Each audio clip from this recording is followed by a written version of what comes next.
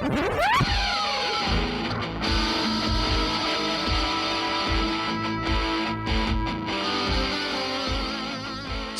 the globe to bring you the constant variety of art. It's the Tenet Podcast. I'm Todd Pearson, coming to you from the 40 West Arts District here in Lakewood, Colorado. And joining me from his podcast studio on the Road of Enchantment in beautiful Rapid City, South Dakota, my co-host, you know him as quite possibly the most interesting man in the world, Wes Brown. Todd, how you doing? Another week. Oh my God. Mid-February now. Isn't this crazy? February. It's hard to believe. We're just cruising through this year. It does. It is. Haven't seen you in a little bit. I feel like, I haven't seen you in a couple weeks. I was definitely having Todd withdrawals.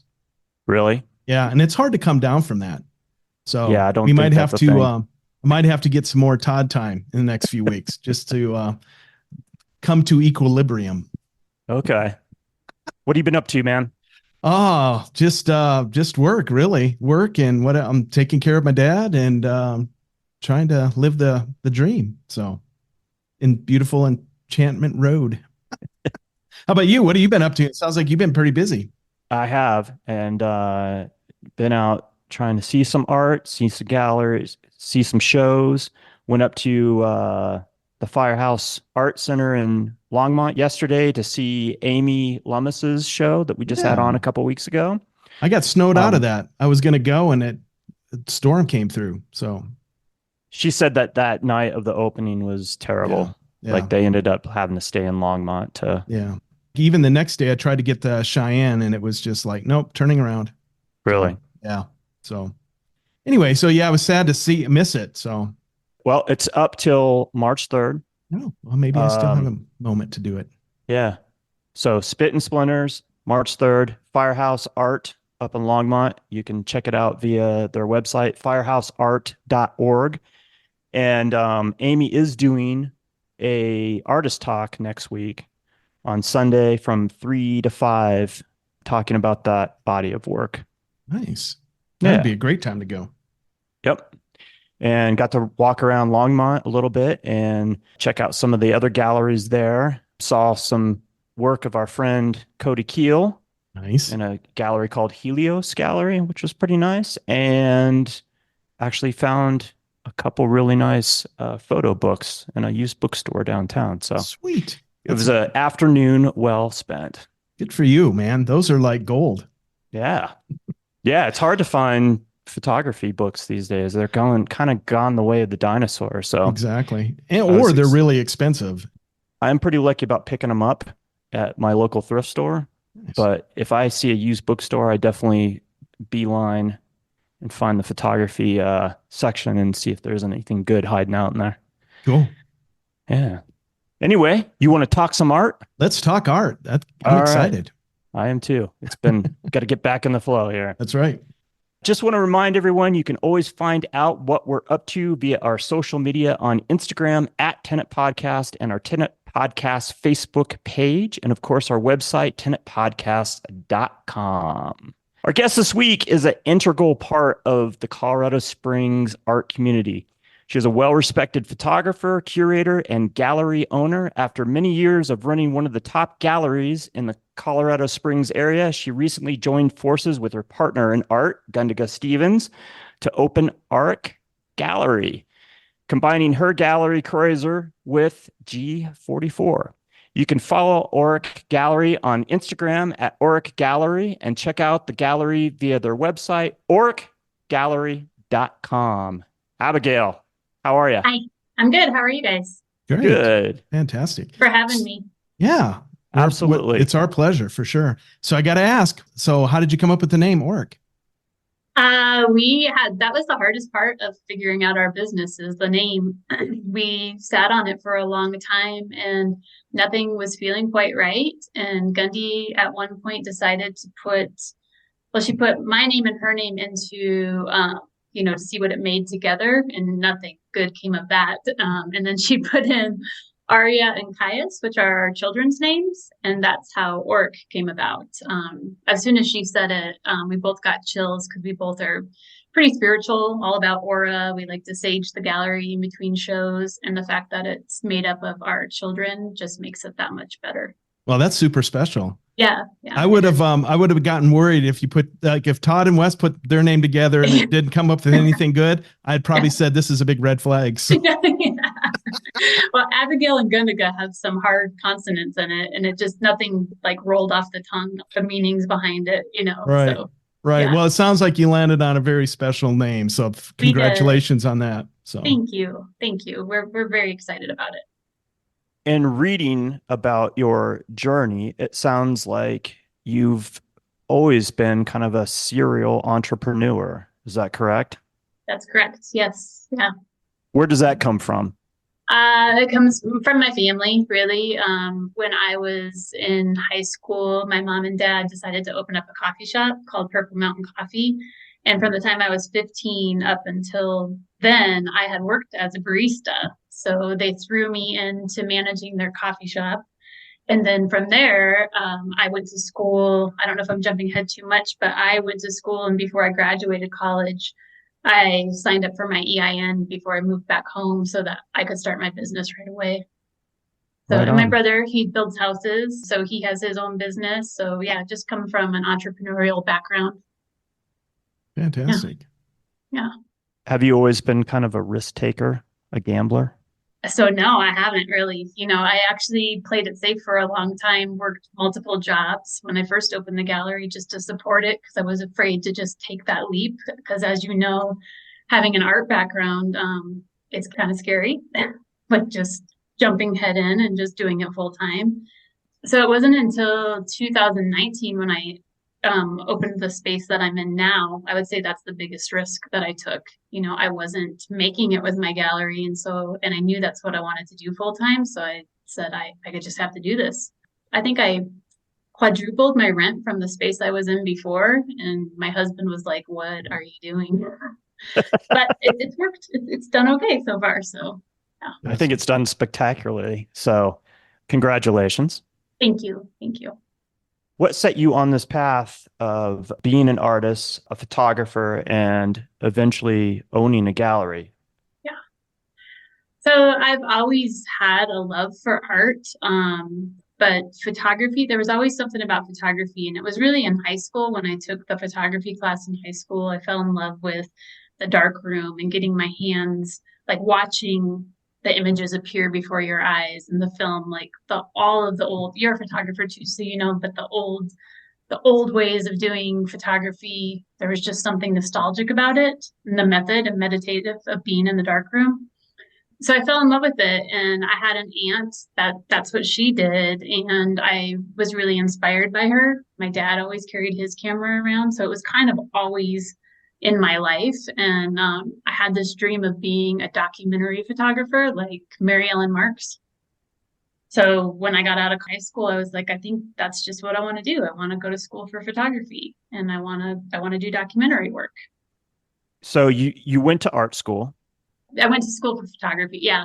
I mean, I went to engineering school, but they had a really great fine art photography program at this engineering school. Rochester Institute of Technology is where I graduated from. Yeah. But I started at Colorado Mountain College, which has a really intense photography program. It's a very small school in Glenwood Springs, and it was super intense. But they only did their associates, and I had so much fun being there and being challenged that I decided I wanted to get my bachelor's. So you got your B.F.A. Why did you choose RIT? I chose RIT. Honestly, I was really inspired by one of the teachers that I had at Colorado Mountain College who graduated from there. But RIT caters more towards fine art photography, whereas like in Santa Barbara, where living in Santa Barbara would have been much prettier than living in Rochester, New York, but that's more commercial photography, and that just wasn't what I wanted to do. Wanted to do fine art photography. Gotcha. That makes sense. And they're heavy hitters in the photography school world. So Yes. Yeah. that sounds like a great choice. So it was a good experience there at RIT?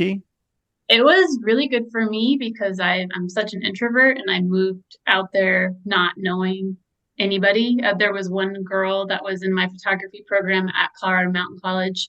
She was moving out there too. We knew each other, but we weren't that close, so we decided to live together. But for me, growing up in Colorado Springs, leaving all my friends and family was probably the best thing I could have done for myself, to spread my wings and be on my own, get out of my own way a little bit. Yeah. But I will tell you, living out there made me realize how much I love Colorado, and I couldn't wait to move back. Because it's very flat, it's industrial, the weather is, I don't know if you've lived on the East Coast, but compared to Colorado Springs, the weather is terrible.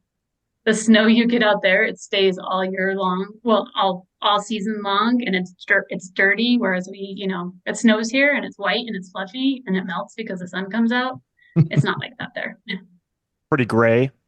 Very gray. I actually learned what seasonal depression was by being there. I lived in a basement apartment, and I'm a very happy person, but I was just like, man, you realize how much you need the sunshine when you don't have it anymore. Yeah. So, And we're definitely spoiled here in Colorado. we are very spoiled. So you attended school there, you got your B.F.A. They gave you a really good foundation in photography, you feel like? It did. I will be 100% honest and say that I really learned the most at Colorado Mountain College. That program there was, it was intense and it was hard. And I think we started, don't quote me on this, but we'll say we started with 24 students. And by the time it was the end of the program, there was maybe half of the students left because it was so intense. Going to RIT, it is a wonderful school, but for what I'm doing now, I realize I didn't need to spend that much money on a bachelor's because it's a private school and it was expensive. So the best thing for me there was just how I grew as a person more than anything. The teachers were great, but really, if I were to say, if somebody wanted to go to school for photography, I would encourage them to go to Colorado Mountain College. Do they still have a photography program there?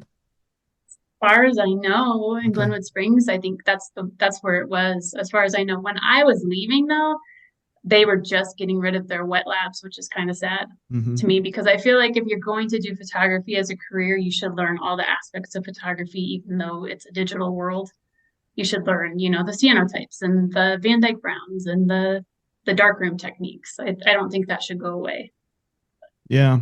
I totally agree with that. Another great photography school in Wyoming was Powell, and they had a really powerful photography program there back in the 90s. I don't know about now, but yeah, and I've heard about them too. Yeah, and I guess it would depend where you want to live, what kind of, because you can get your bachelor's there, right? It's not just, I think so. Yeah. And maybe it's just their associates because, they only have one university that does 4-year degrees. So maybe it's just an associate's degree. Oh, okay. Because Laramie's the only one where all the other universities are junior colleges, I think, but I might be wrong. Worth looking into though, if you're interested in photography. But for sure. Yeah. I've known some other photographers. Marissa White, who lives here, she went to Rocky Mountain School of Photography in Denver. Is that what it is? Or Rocky Mountain School of Design? Yeah, RimCAD. RimCAD, yeah. And she was very impressed with that. I'm only speaking from my personal experience, but this was well worth it. Yeah. I'm in agreement with you in that you definitely, I think you should have some kind of sense of where photography has come from to see where it's going, having that foundation, like you said, with wet dark room and experimenting with different processes and see how it works. I think that's still pertinent. It's still essential, Yeah. Yeah. Did they prepare you for the business of photography to be a fine art photographer in the business sense of things? I took one business class there and I took a curating class there. But other than that, no, I wouldn't say that they prepared me for it. I did a lot of the research on my own, but I also, the classes I chose to take, like I took, fine art photography, I took photojournalism. I didn't it was more geared towards that. There was no business of photography. I really did a lot of that research on my own. And I knew a lot of photographers in Colorado Springs and I picked their brains about it. And I don't know if you remember years ago, there was a photo lab called Accent Photo that was here. And the woman that ran that, she was a friend of my mom's.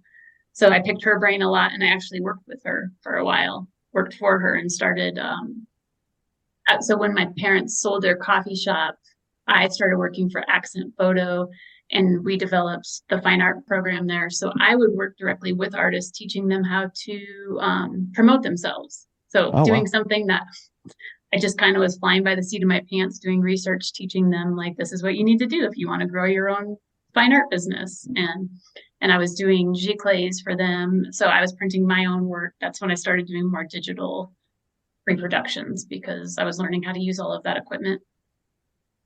Wow. So trial by fire. Yeah. Yeah. This is what you were doing once you came back to the Springs after college?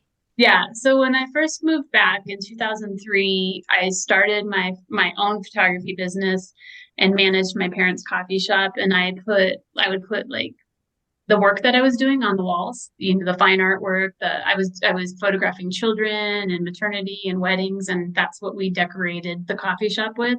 And so that's how I would get clients, because I'd start talking to them about the fact that I had a photography business. And so that happened for, I think it was two years, 2003 through 2005. And then when they sold the coffee shop is when I went to work for the photo lab. And so I was still doing my business on the side, but I was working for the photo lab doing, printing for people and working one-on-one with artists. That had been a great experience right out of college, actually. Yeah. It was a really great experience. It was.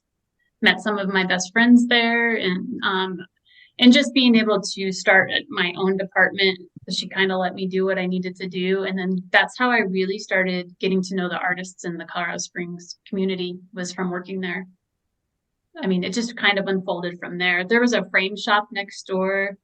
And when I was working with the artists, I approached the frame shop and asked if I could do an art opening with two different artists of two different mediums, and I could curate in there. And he let me have his space for a weekend and curate in there. And we had an opening reception. And I knew in my heart then that I wanted to do that someday. I wanted to have a space someday where I could do that full time. And then here I am now. Nice. So that was kind of the seed to start this whole journey, curating and thinking about having your own gallery. It was.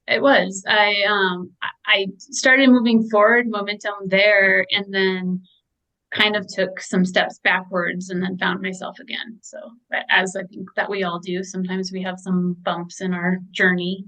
And then, I was reminded how much I loved art.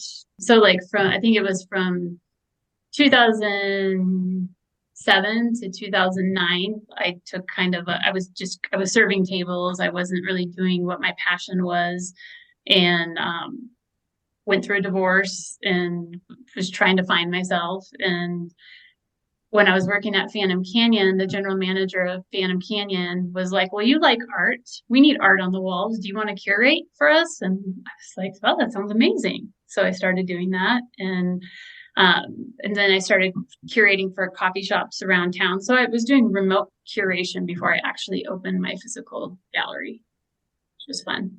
Again, working with the artists in the community on a remote basis. It really gave you like a trial run in curation, where you could make mistakes, but you're not all in a big gallery and making mistakes and losing money.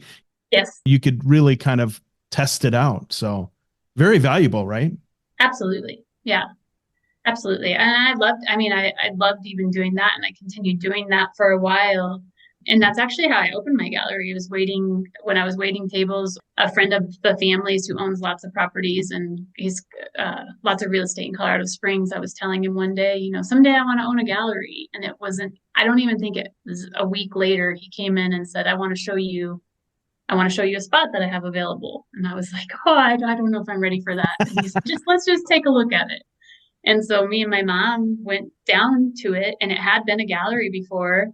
So we decided to rent it, and we made the storefront the gallery, and then she roasted coffee in the back because she was still doing wholesale coffee. So we kind of joined forces together and did that. Nice. Another great opportunity when you can join forces with somebody like you've done with Gundega. Yes, so, absolutely. Yeah. Not only did you have the roots of the gallery and start to have your own shows, but I imagine it always smelled really good. It smelled really good. It did. I mean, I was in the coffee business since I was like 15. I worked for many different coffee shops and roasted coffee. And my mom, so it was after we moved in there in 2012, she became the CEO of Silver Key, which is a nonprofit in town. And she sold the roasting part of the business to a local coffee shop that they asked me to stay on and roast for them. So I was able to run two businesses from 2012 to 2019 as well. So I miss it sometimes, but I happened to leave Purple Mountain Coffee when I moved into the new location. And then the next year was COVID. So I'm partially thankful that I wasn't running two businesses when the pandemic hit and I was only running one because that was hard enough. Yeah. Just running the one. Yeah. Yeah, I bet. How large of a space was this first physical gallery that you had? The first one is probably, I mean, I don't know the exact square footage, but I'm going to guess it was like 700 square feet. Yeah, maybe a little less. Yeah, the ceilings were higher. There wasn't any windows, but kind of the same size as one of the bays of me and Gundy's space now. But maybe 3/4 of that size. Yeah, not as small as Gundy's old gallery, but not as big as what we have now. Yeah. While you were doing this, were you still working on your photography? I was the grand opening of when I first opened my gallery, I showed my work and then I got a little shy about it and felt like I needed to support the other artists in the community and had a hard time. I'm not good at tooting my own horn, and there's a lot of talent here in Colorado Springs. So the very first opening was mine. And then other than that, I didn't have my next solo exhibit until 2019. No, was it 2017? I think it was 2017 at the Manitou Art Center when I did a documentary on local artists and created a book. And yeah, so big gap between solo shows for sure. Do you still work on your photography? You're still doing photography? Well, I have been recently. Gundy actually, when she was still G44, asked me to do a solo exhibit, and I had a little, you know, her back gallery space. She has a tiny little gallery space in G44. I had just a small show there, but she asked me to do a larger show, which is coming up in May of this year. So, which feels, I told her when we joined forces, I'm like, this feels kind of weird having an exhibit with my work. And she told me to get over it, and I was scheduled. So I don't have a choice, and I'm very excited about it. But as most artists do, I feel pretty vulnerable about it. I haven't shown a big body of work in a long time, and there'll be 53 pieces. Wow. 28 of which are collaborative pieces. So how are you going about that? Like, what are we going to see when we see the show open? Well, it will be abstract floral and fauna, which is what I typically do. I use a lot of minimal depth of field with my artwork. So sometimes you can't really tell what it is, and sometimes you can. It kind of, I would say, has a painterly effect to it. Kind of side story, when one of my first shows, when I first got out of college, was at the Warehouse Gallery. You know how the Warehouse, the restaurant in Colorado Springs, has a gallery. One of my first shows was there, and it was floral and fauna. And there was somebody looking at one of my pieces, and he said, and he's standing next to my mom. He didn't know it was my mom, and he said, "I don't understand what kind of brush she uses on these paintings. Like the detail is so fine." And she said, "Oh no, it's a photographer, or it's photography." And he said, "Ma'am, I'm an artist. I know a painting when I see a painting." And she looked at him and said, "Well, that's my daughter, and she's a photographer, and these are photographs." So it was kind of funny. Yeah. I see what he's talking about, and I'm going to share my screen real quick here. This piece was in the holiday show before you guys combined galleries. This is entitled "Don't Be Shy." And it is very painterly, your technique and the lighting and, you know, the colors that you see and combine. Mm-hmm. What draws you to doing this kind of work? I have a huge love for nature, and if I could be outside all the time, I would. But you know, that's not possible. I don't know. I just find beauty in plants and trees and just like kind of solace and just being outside. And I don't know, it's kind of a meditative process for me. And when I can't be outside, I enjoy like documenting things that grow. And yeah, I don't know. It's just a meditative process for me, bringing nature inside. So these are all done in your studio or in your house? I actually photograph a lot of my work now in the gallery because the window light in the I like using natural light. I don't have an actual studio. I use the big windows that we have at our gallery, and I typically, we get flowers from a local florist every month for First Friday because we want to support local. And half the time I just end up photographing the flowers that she brings in. I put one single stem in a jar and then I let the light hit it from the outside and just, yeah, put my micro lens on and shoot away. I love that.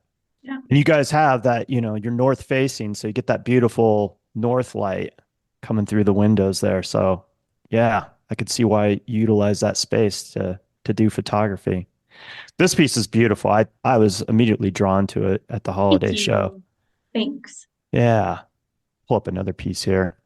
This one's entitled Pure. This is beautiful. Again, I can see why somebody that paints would think that, oh, maybe these are paintings, right? Yeah. Yeah. Well, and then I also print on watercolor paper. And I put an acrylic varnish over the top so that they don't have to be under glass, which also I think makes them look more painterly as well. Yeah. I only do one of one. Like I don't do limited editions. It's just so once this sells, this sells. Oh, Okay. really? Oh, that's interesting. I love that. Why did you choose that model? Well, you might be able to attest to this, Todd. But being a photographer for years, people would say photography is not art, which I completely disagree with. But I found after becoming a curator that a lot of collectors, like one of a kind things. They like to know that they are the only one that has one of something. So I just decided that I would start just printing one of each image that I take. So that didn't start until my last exhibit that I was like, oh, I think I'm just going to do one of a kind. And then I had many people in that exhibit say, well, I really like this piece. Will you reprint it? And I said, no. And then I showed them the other ones because I have, when I take a picture of something, I have many to choose from. So I have some that are similar. And so I was just when that has happened, I just share the other ones that are available. Okay. Interesting. It's definitely a different model than any other photographer I know. Yeah. Yeah. So, and then, are you shooting digitally or are you using film? I am shooting digitally now. It's been quite a few years since I've shot film, but I use a Nikon D200.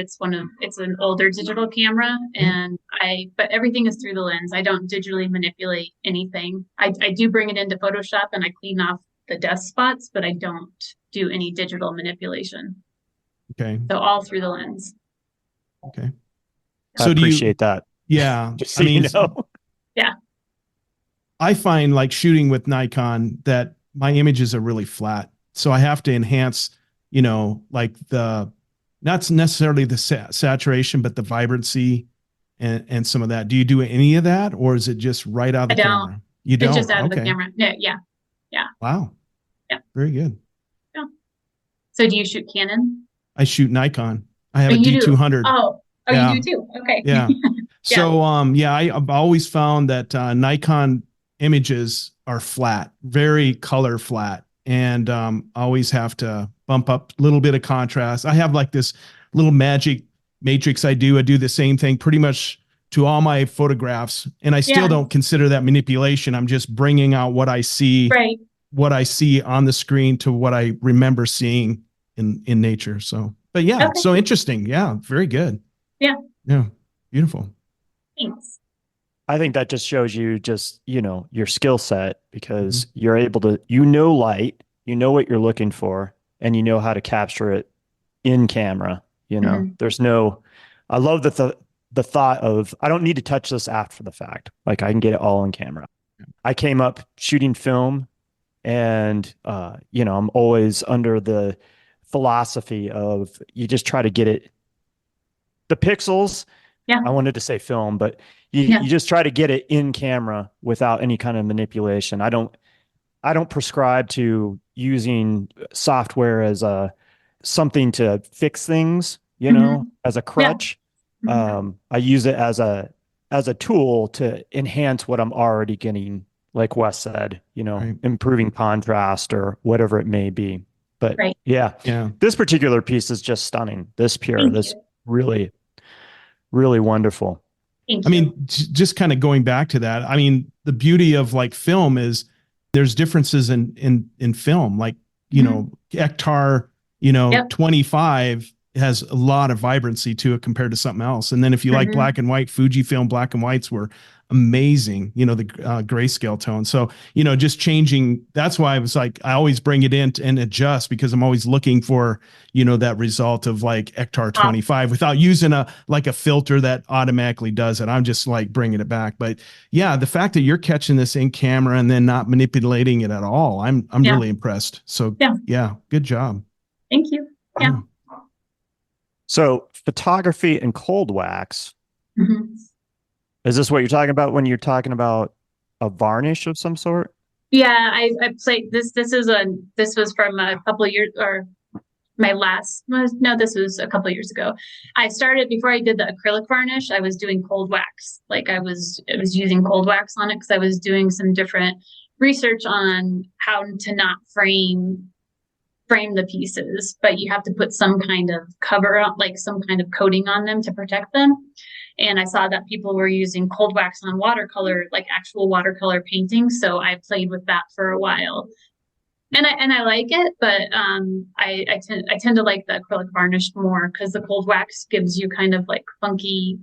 If the light hits it, and maybe I wasn't using it right, but if the light hits it at a certain way, there'd be like flatter parts of the image and then brighter parts of the image.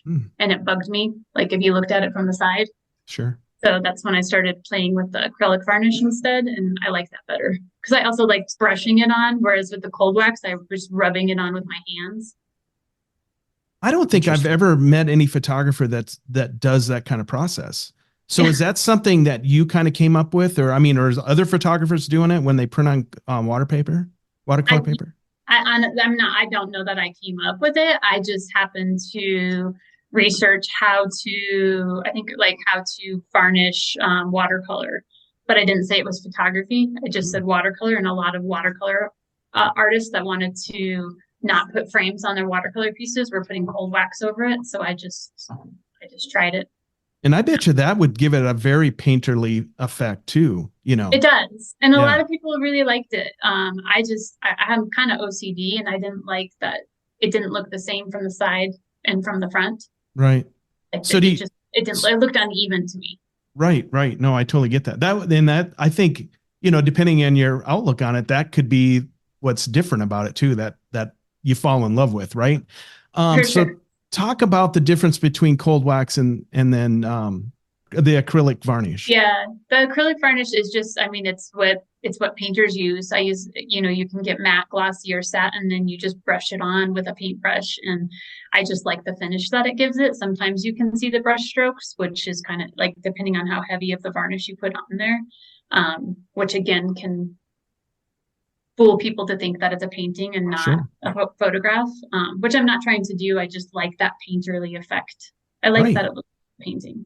Yeah, no, I think that's marvelous. And do you like the more flat or satin over the gloss, or does it depend on the photo? No, I'm not a big high gloss person. Okay. Yeah. I just pulled up another piece. This one's called Organic. You're drawn to kind of the abstract shapes of these floral arrangements or flowers. Yeah. I think, there's just so much beauty in the minimal, like all of us are guilty of it. We rush through life so fast. And like, if you just take the time to really stare at something such as a flower, there's so much more to see than just the whole flower itself. Right. Colors, shapes, I really like this one. I love the contrast between the really dark blacks in the upper right or left hand corner and the whites, and then that splashy yellow. This is definitely an abstract that I love. This is wonderful. Yeah. Thank you. Yeah, I like that one a lot too. I really am excited. I don't have any of the new stuff that will be in the new show here on the website yet, but I have had a lot of fun creating this new body of work. And I'm excited to share it with people. I'm excited to see it because I love this work that I'm seeing. This is from a show called Balance. Is that correct? That's correct. Yeah. Okay. And I just pulled up another piece called Be Here Now. And yeah, I love the color. I love the aesthetic. All your compositions are very clean, you know, and I really appreciate that.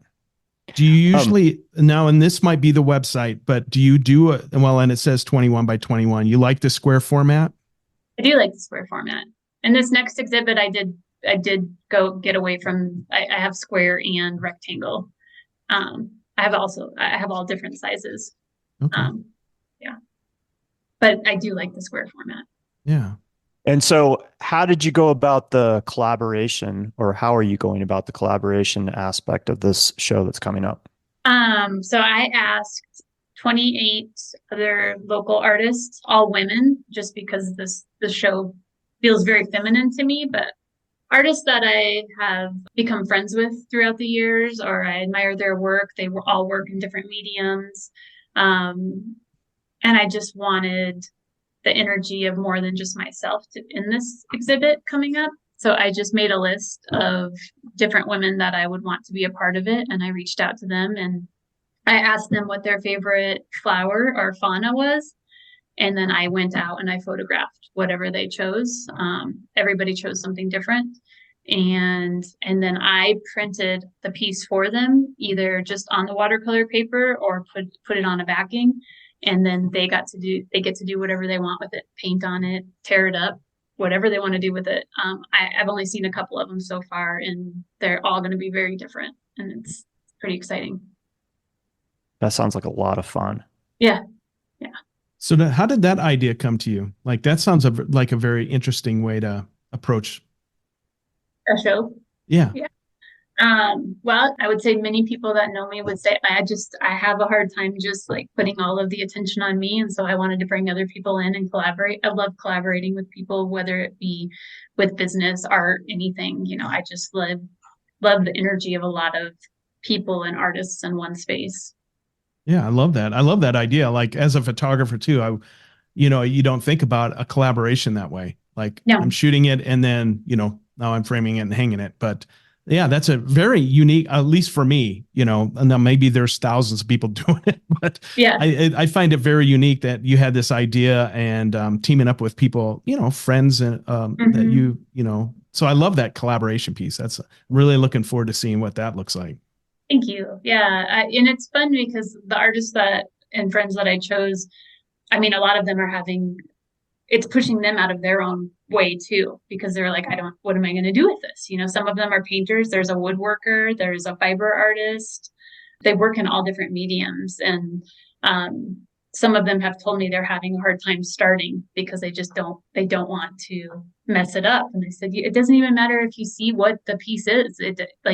You can just use it as your background, and you can paint that over the entire thing and come up with something. It doesn't have to look like what it is. So it'll be interesting to see what everybody does. Yeah, I could see there's a lot of pressure there. Here's a finished photograph that I'm going to possibly destroy. And then, right. Yeah. Awesome. But they're friends of yours, but they also want to do, I can understand where they're coming from, right? They don't want to mess it up. Mm-hmm. And then you're a friend. And then, from a curation perspective, they want to make sure that they're doing it justice, right? That you feel good about it when you hang it. Right. So there is a lot of pressure there. There is, yeah. Even though you don't perceive it for them, right? They want to do their due diligence and do it justice. So yeah. From a photographer's perspective and from being a curator and having a gallery, is photography a hard sell these days? It is. It is. I wouldn't even say these days.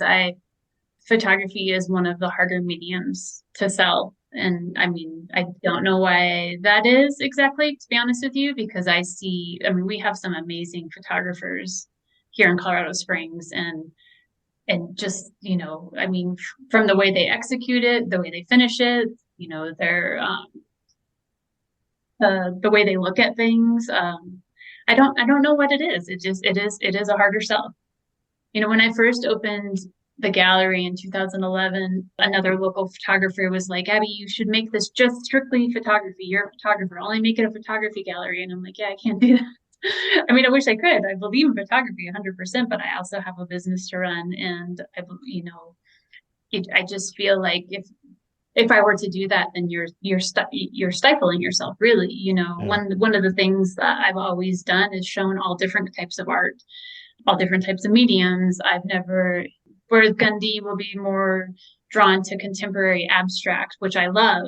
I chose not to just show that, but to show all different local artists of all different backgrounds and mediums, because I felt like that was, well, A, I wanted to include everybody, but B, also a better business model for myself to be able to show different people, of different mediums. I think that's smart. Yeah.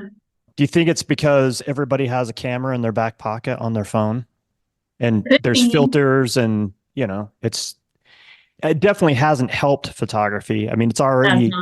it's always been looked upon as being the redheaded stepchild of the art world. And then digital, like leveled the playing field. And now Mhm. everybody has this amazing tool on their phone. And, like I said, with filters and what have you, you can make even something very mediocre look pretty awesome. Right, for sure. Yeah, I mean, everybody is a photographer these days because of the tool in their back pocket. And maybe that's part of it. I mean, I really, there is so much about being a curator and an artist, like for as long as I've been doing it, like there's just no rhyme or reason to the things that happen. When we book people for exhibits, they'll say, what's the best month? I want that month. And in the 12 years that I've been doing this, like I could look at my books and not tell, there's not a month that's consistently the best month. There's not a medium that's consistently the best medium. Like it depends on who's walking through the door, what's going on in the world, because, art it's considered a luxury. So there's so many different variables. And I really don't know the answer to that, why photography is a harder sell. Because a lot of the photography that we have, that we exhibit, we get so many compliments on it. People come back and take second looks, but yeah, I don't know. But they're not pulling the trigger. They're not. Yeah. Yeah. I mean, they that's do. interesting. It's just not the most common thing that walks out the door. As a curator, what is the most common? Like if you were to like this kind, or does it just vary depending on, like you said? It just varies, honestly. I mean, it really just varies. Every exhibit that we curate, me and Gundy will joke, like we'll be like, oh, this will be the first one to sell. And most oftentimes it's not. And sometimes it's the last one standing,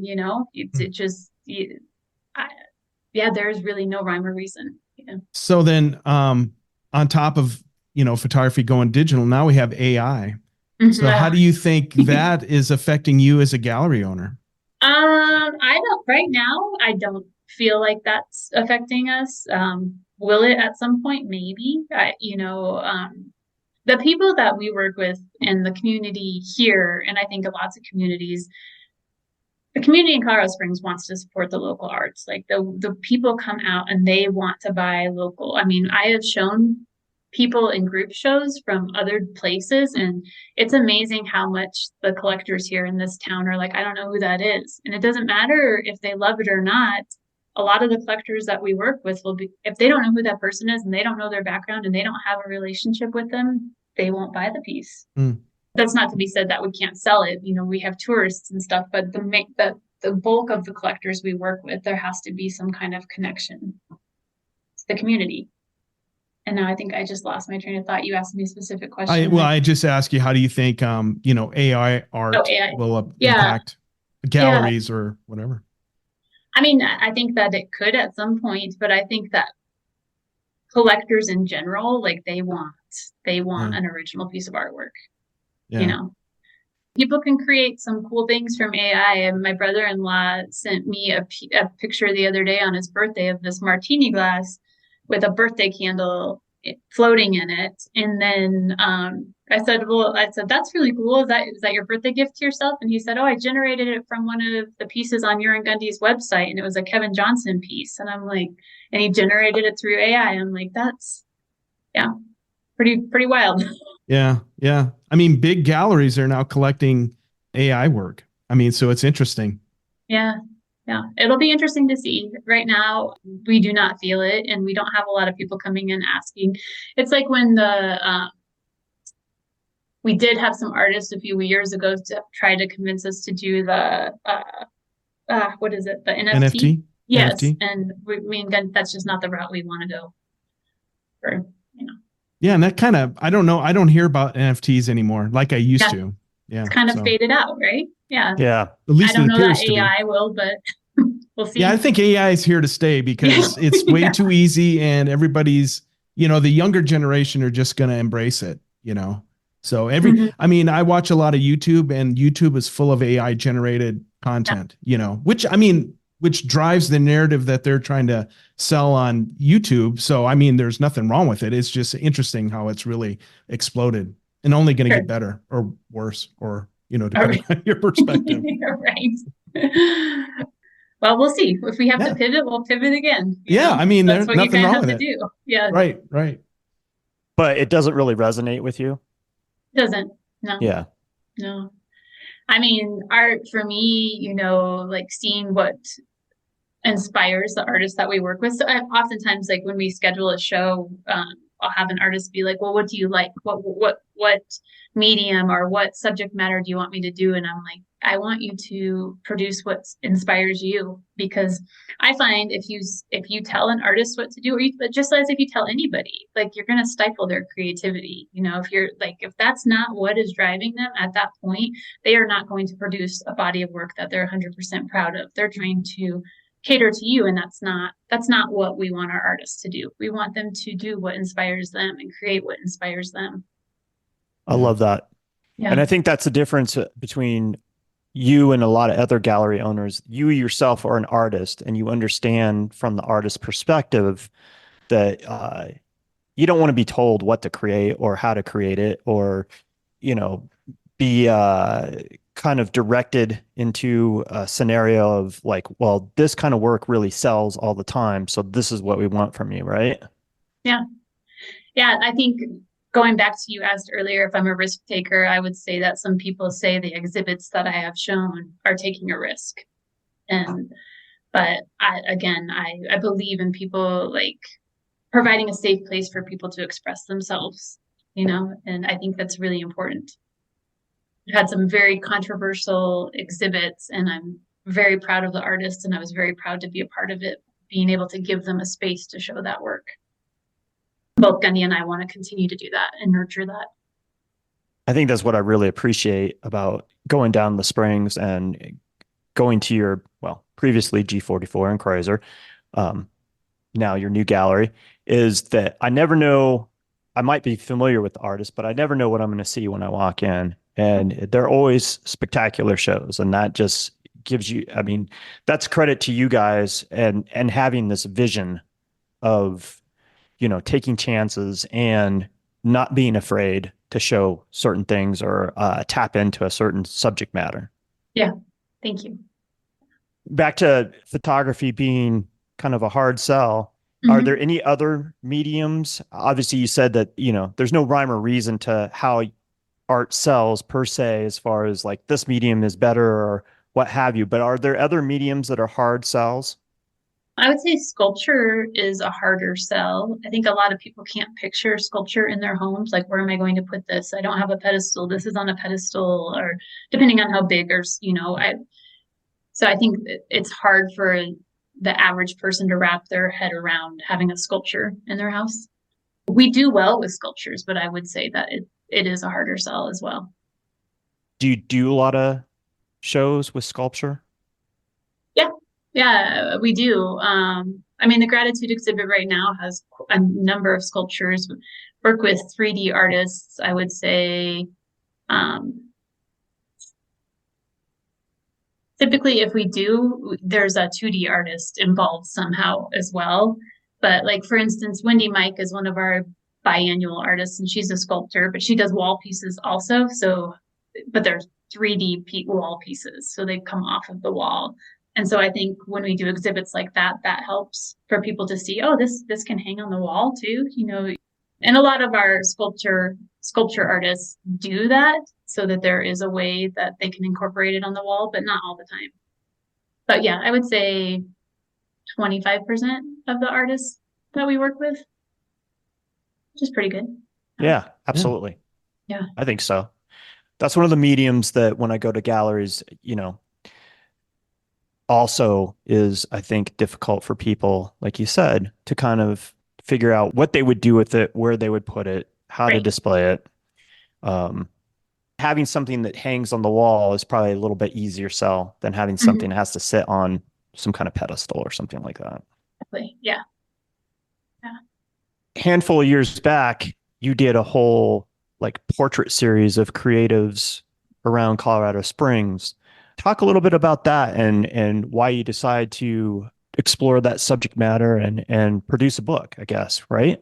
Yeah, I did. I produced a book. I met with 115. My friend Brian Tryon photographed me, so I was the 116th artist, but 115 local artists.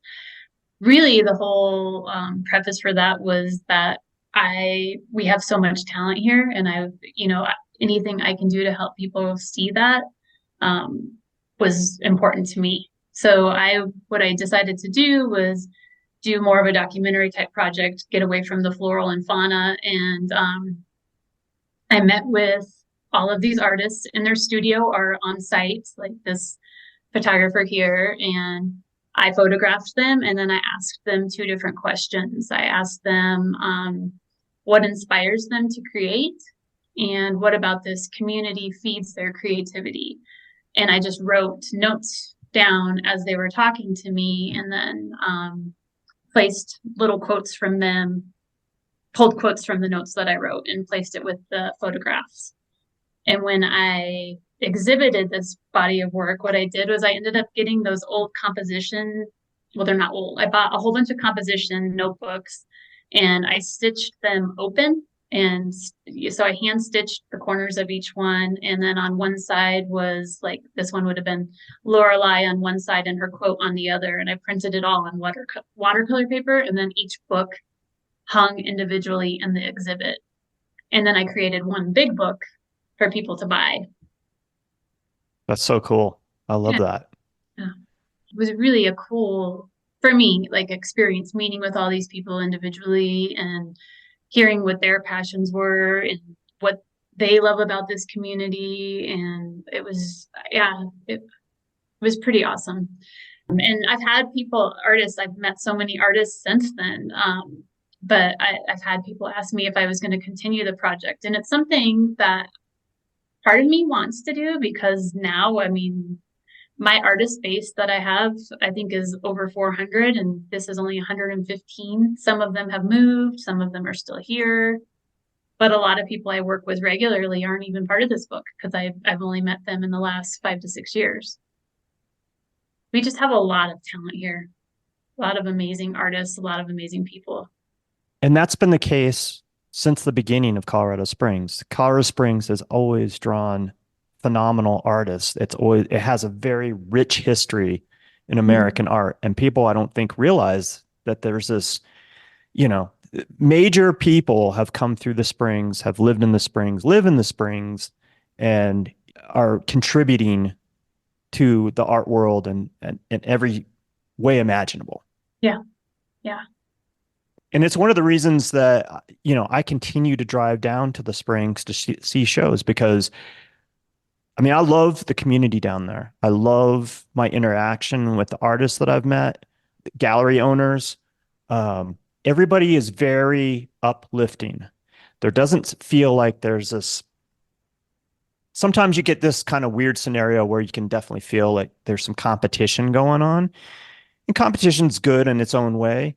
But I love the fact that that community down there seems like everybody is encouraging and positive and just supportive of each other. Am I good? Am I good in that assessment? Oh, yeah, I think that's, I mean, one of the things that I love so much is that the artists and the community members and the collectors, like everybody supports each other. It's a very collaborative community. It's not about competition. The artists show up for the other artists. Like the people that come to First Fridays, they come to support everybody, and then they go from gallery to gallery to support as many people as they possibly can. And it's not everybody for themselves; it's everybody for everybody, and it's an amazing thing. That's a kind of person I am, and I think that's why I'm so drawn to this community and why I came back and wanted to grow a business in this community. Well, and to a T, when I see other people's social media from galleries and artists Mhm. from the Springs, they're always giving a shout out to somebody else. Yeah, Always. yeah.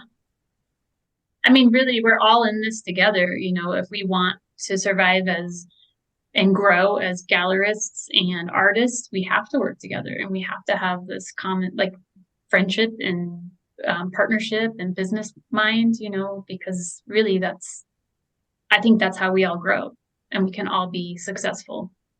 I love that. And really, you're only competing with yourself, right? Like Yeah, to be a better person, to be a better artist, whatever it may be, that's where the competition part comes in. right. This portrait that I have pulled up that I'm sharing right now, this is a wonderful portrait of this is Jody Bliss, is that correct? Jody Bliss, yeah, she's a metalsmith up in Monument. She's an amazing welder. Like so many of the sculptures that you see around town, either she created for another artist based on their sketch, or she created for herself to share with the community. Yeah, she's phenomenal. This is one of the best welding portraits I think I've ever seen. I love Oh, the thank you. composition. I love the shapes. Thank you. Um, yeah, it's really cool, really lovely. Thank you so Um, much. Yeah. you should be proud of that one for sure. I mean, all these are really incredible. And you called this what? Lucere. Lucere? Yeah. Talk to me about why you called it that. It means to inspire. Okay.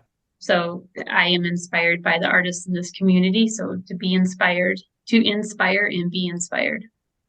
And you spoke earlier about kind of your experience in doing all this. Do you feel like you got out of it as much as you put into it as far as like interacting with people and having those kind of conversations?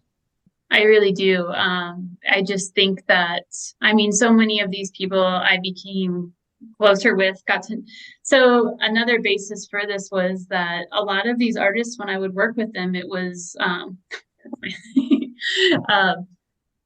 it would be a lot of business, it would be like, okay, here's what we're going to do. This is our monthly show, or this, you're going to play music, or we're going to do this or that. And it would be a lot about business.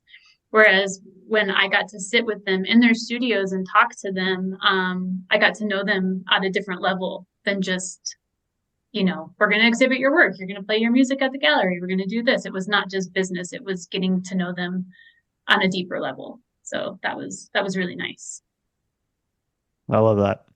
I tell people all the time, every day out for me is like a career day. Like I get to run into interact with people that I might not ordinarily come in contact with. And I get to learn something about their philosophy, their life, their art, whatever it may be, right? But in the end, there's a takeaway from me. And as much as I love doing the photography part, I love just as much the experience of connecting and engaging with another person. Me too. That's something that I've really been holding on to a lot lately, because in life, like, you'll meet people that you might not always agree with what they're doing or but if you can have a conversation and talk about it, like there's always something to take away. I've had people in my life, just disagree with me and what I'm doing is not right. And then that's it. And there's no conversation. And it's like, to me, that's a really sad way to live, because we're here, we can teach each other so many things by listening. And in the end, we may not still agree, but we can still have a productive conversation and actually take away something and learn something from each other of why we're doing this or why we're, whatever it may be. It's so important. Like, I don't know, exactly what you just said. That's something that and a lot of this next exhibit that I'm doing, the name of it's going to be Flourish. And that's what I'm trying to do. I'm really, my son has really inspired me to try to not take things so personally and learn and move forward. I'm a very sensitive person. I'm an empath, and I easily have gotten hurt in my life. And now that I'm a mom, I realize I don't want that for him. Like, I want him to learn from situations, but not just like take things so to heart that it just would stifles him or shuts him down. And I'm in my 40s, and I'm learning that now. And I have the gift to teach my 7-year-old to learn a lesson, and not, how do you get up from this and not let it break you down? That life experience counts. And when you have children and you're able to share those experiences and pass on some of that knowledge, that life experience, I think that's really important, right? To have those kind of conversations. Like, this world can be pretty rough, and, you got to be open, but you also got to be able to kind of guard that heart just a little bit in some situations, like be able to recognize when something doesn't serve you, the way that it should. Right. Yeah. And that's hard sometimes to let go, because it could be, somebody in your life who you thought was somebody you were really close to, and, all of the lessons we have to learn, and I think that's a skill we've lost. I think the newer generations, boy, they're really sensitive, and they don't understand that life is not easy, and you got to take the bumps and pick yourself up and move on. But boy, wow, just seeing reactions of people, and the other thing that you talked about is having a conversation. And the other skill I think we've come short of, and part of that I think is social media, is we don't listen. We don't know how to listen. It's a skill we've given up. Yeah. We're always listening for the argument.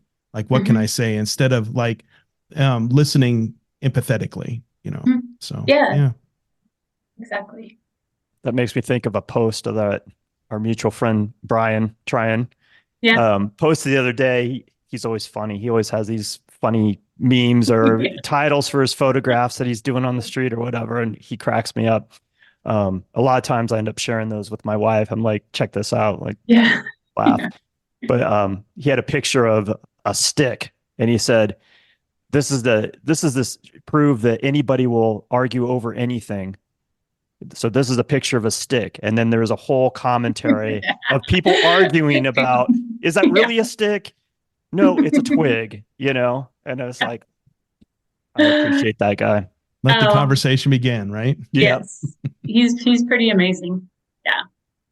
What else do you love about Colorado Springs art community? The art community? Yeah. Or just the community in general, or just Colorado Springs? Sorry. Well, actually both, because I find everybody that I've interacted with down there has been very welcoming and very friendly, which is what I really appreciate, and why I've spent more and more time down in the Springs. Yeah.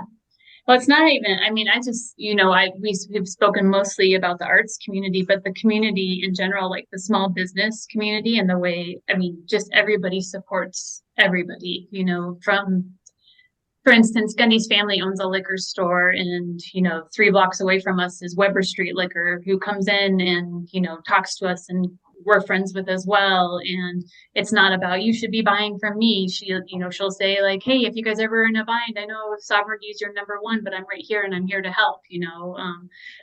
Everybody's just wants to see everybody succeed. And I think that's what makes this community so amazing.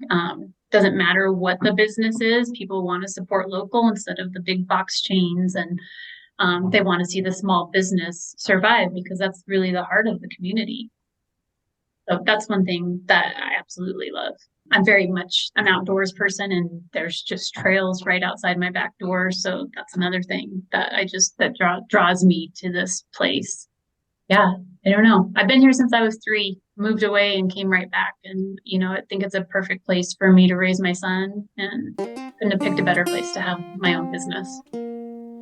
Tenant wants to acknowledge our media sponsor, New Magazine. That's N-U-E. You can follow both the national and the Denver edition of New Magazine on Instagram. The national edition can be found at new_magazine and the Denver edition at new_Denver_magazine. And I want to share with you something very exciting. Check out the newly launched New Denver Gallery Guide.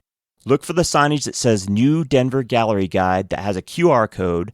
Scan it with your phone, and you have instant access to a comprehensive digital guide to Denver's finest galleries and exhibitions. Find this QR code in your favorite gallery, hotel, or coffee shop as you visit and explore Denver. Thanks for listening. I'm Abby Kreuser, and you're listening to the Tenant Podcast. You talked about making the jump from your gallery that was on West Colorado to where you're currently at. What was really the catalyst for that? Did you just feel like you had the support behind you and it was time to dream bigger? Well, another catalyst to that was my son, honestly. He would, from the time he was 2 weeks old, I had 2 weeks off after I had him, and I went right back to work because I was still running the roastery, and I had the gallery, and I was working a remote job for a company called Adorama, answering photography questions. I was their email concierge, and people would email me questions about their photography and their cameras and how to use it. And I was tired. I was a mom, and I was like, all I want to do is run the gallery, and how can I make this happen? And I went to visit my friend Lauren, who owns Coraloon Vintage, which is on the other side of our gallery in the other strip. And she said, we were just talking about business woes and about running your own business, and it's a full-time job, and obviously, but one of the things, like as an entrepreneur, you go to work, you do your work, and then you come home, and then you're doing your work again, and that's something that my husband would say a lot. He's like, I don't know anybody that works as hard as you do. And, the monetary payback isn't a lot, but it's like a labor of love. And I love what I do. And how can I do this full time? And I was thinking about it a lot. And Lauren said, well, you should go check out the space around the corner. The flower shop just moved out, and our landlords, they're all about keeping small business in business. And I walked by and I saw these big windows, and I was like, I could just picture it. I could just picture like being downtown. Like, even though my other space was downtown, it was under a bridge. So First Fridays were absolutely amazing, but I did not get day-to-day traffic. It was not a thought on somebody's mind to come down and go shopping down there. For whatever reason, it didn't matter how much I promoted it. I just couldn't get a lot of traffic other than on First Fridays. And so I knew that if I wanted to make it happen, I needed to have a more visible location. And so it's funny. I called the sign. It was like one of those neon signs that said, for rent, call, land, blah, blah, blah. And me and my mom and my husband, Armand, went to look at it. And as we walked in, me and my mom could see it. And my husband is not an entrepreneur. And he just looked at me like, what the hell are you thinking? I mean, it did not, it was pretty bad. I mean, it was carpet and paneling. And I mean, nothing about it was white wall gallery. You really had to have a vision. We spent a lot of time gutting that place. And probably a fair amount of money to make it what you wanted it to be, right? Yeah. Were you able to do it all in one fell swoop, or was it like a process to get there? It was, so I signed a lease for that space December 15th of 2018. And I opened the gallery, that space, in February of 2019. So we gutted and renovated that place in a month and a half. Mm-hmm. So when me and Gundy were deciding to do these renovations, and we were both like, we can do this. And she started to get nervous. I'm like, think about how fast we did like major renovations. Now we have 2.5 weeks to do these, semi-major renovations. And so yeah, it was a lot, but I knew that I had to get open because I had to make money. Like, I couldn't just sit, I had to pay rent. So I had to get open. I had to do it as fast as possible. So. Yeah. Money's going out. And if you don't have anything coming in, that's pretty scary, right? Yeah, it is.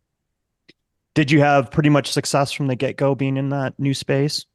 I did. Yeah.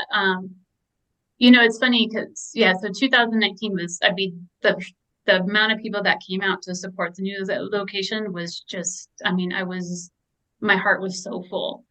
And then what you saw this last First Friday, like, I mean, that was even more. Like me and Gundy, we were beside ourselves. Like I feel like it wasn't until this last Monday that I actually felt normal again, just from the renovations and the First Friday aftermath and being an introvert, that I was like, oh my God, I just don't feel like myself, because I just was so tired from all the great emotions of being excited and overwhelmed. But yeah. While you were opening this new space and then the previous space, were you still curating other spaces as well while you were Was doing all that? Yeah, I did Phantom Canyon for quite a few years. And then there was coffee shops around town that I was doing. And then it wasn't until I think it was 2019 that I let go of those other spaces, because my son would go everywhere with me. And once he started crawling, I just couldn't, I couldn't take art in from outside and put it, he was not sitting in a car seat for me anymore. Like I couldn't bring him in and sit him down and do stuff. So I had to let that go for a while, because it was just me. I didn't have any help. Yeah. Yeah. That's some serious hustle, Yeah. Abby. Yeah. Yeah. I have mad respect for you for, keeping your eye on the ball and just keeping moving forward, Yeah. know? Yeah. Thank you. Talk about the mission of what Kreuser was from the beginning and how it evolved until this newest endeavor. When I first started, because I was an artist, my mission was to support up and coming artists. Like I just really wanted to nurture artists that were just starting to get their feet wet. And then after I did that for a while, I realized, well, if I really want to make this work, I probably need to start working with some established artists as well, because they bring in more people, you get more visibility. So I started doing both. And then from there, it just grew. I still love nurturing and helping out up and coming artists. I think that's why I do the gratitude call. And, for a while, every 5 years, I was doing the first year and the fifth year, I did an invitational only. And then Gundy and I decided that gratitude from now on is going to be a call to artists. And then the holiday show will just be an invitational. But I want to open up more calls throughout the year so that we can meet new artists and give artists a chance, because so often we would hear, people come in and they want to show us their work and we're booked up for 2 years. And it's discouraging for some people, obviously. So we decided, as we joined forces, how can we accommodate more artists? And I think doing calls, even though not everybody gets into calls, it gives them an opportunity to put themselves out there and possibly be accepted into an exhibit. Yeah, that's really lovely that you're thinking of the people that, would love to show with you guys. And I'll tell you, when I talk about the Springs, you guys are at the top of that list of people that I'm like, hey, if you're interested in, breaking out of the Denver scene a little bit and getting some different eyes on it, I'm always talking about the Colorado Springs art community, and, go talk to Abby and Gundy about, possibly showing there. Yeah. And I've seen artists that, that we've had on the podcast that, I've told them about the Springs community, and next thing I know, I'm seeing their work in different galleries around town. So, it's cool to see that kind of support.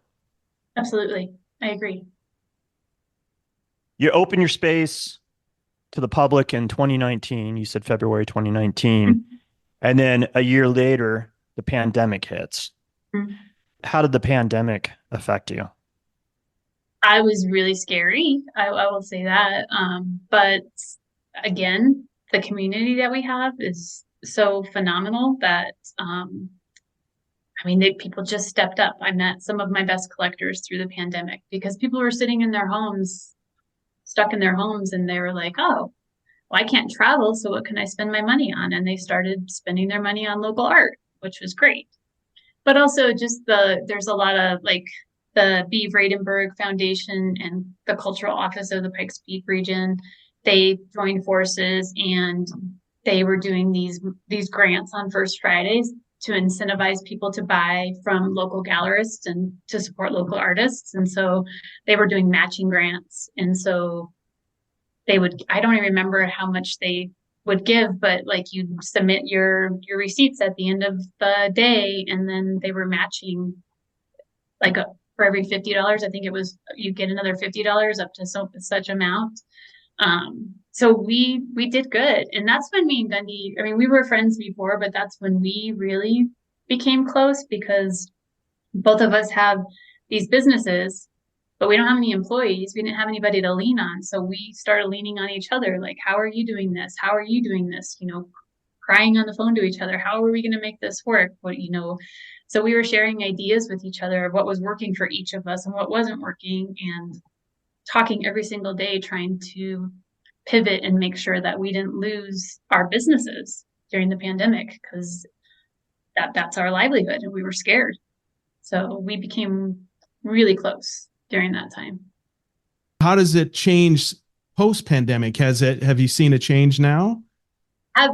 Yeah. So 2022 was my best year that I've ever had in business. And last year was my worst year in 5 years.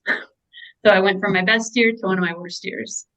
So yes, but I think a lot of factors play into that. Like I think inflation, people are traveling more. You know, I don't think it's me or the artist I don't think it was who we were showing or anything like that.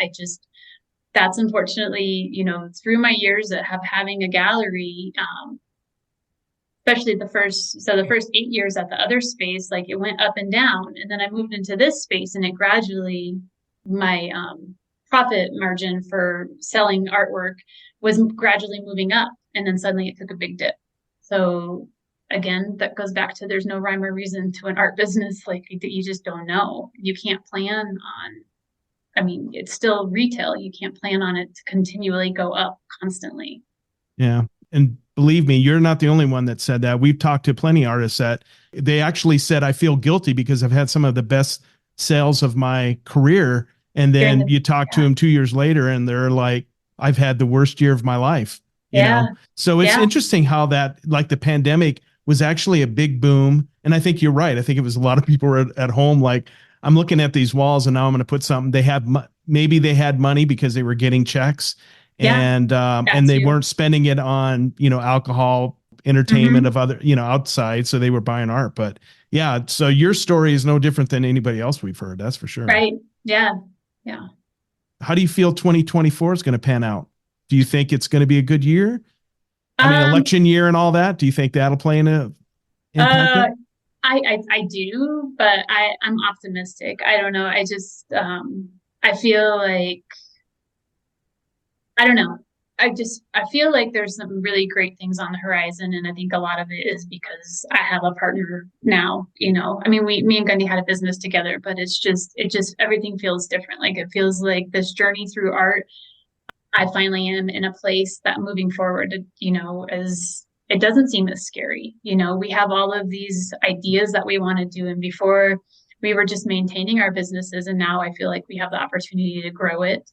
And so I don't know financially how well it's going to do this year, but I think it's going to be better because we're able to put our energy in different areas because there's two of us now and not just one person. Right. Right. No, that's good. That's a great attitude to have. And you got to approach it with hope, right? Yeah. Yeah. Or you won't be in business long because it'd be, you know, you'd be such pessimistic about it. So yeah. And I've seen a lot of business owners go down that route, but you know, I've worked really, really hard to get to where I'm at. And in my heart, in my mind, I refuse to lose my business in any way. And I will do whatever it takes to make it work. Yeah. Yeah. No, good for you.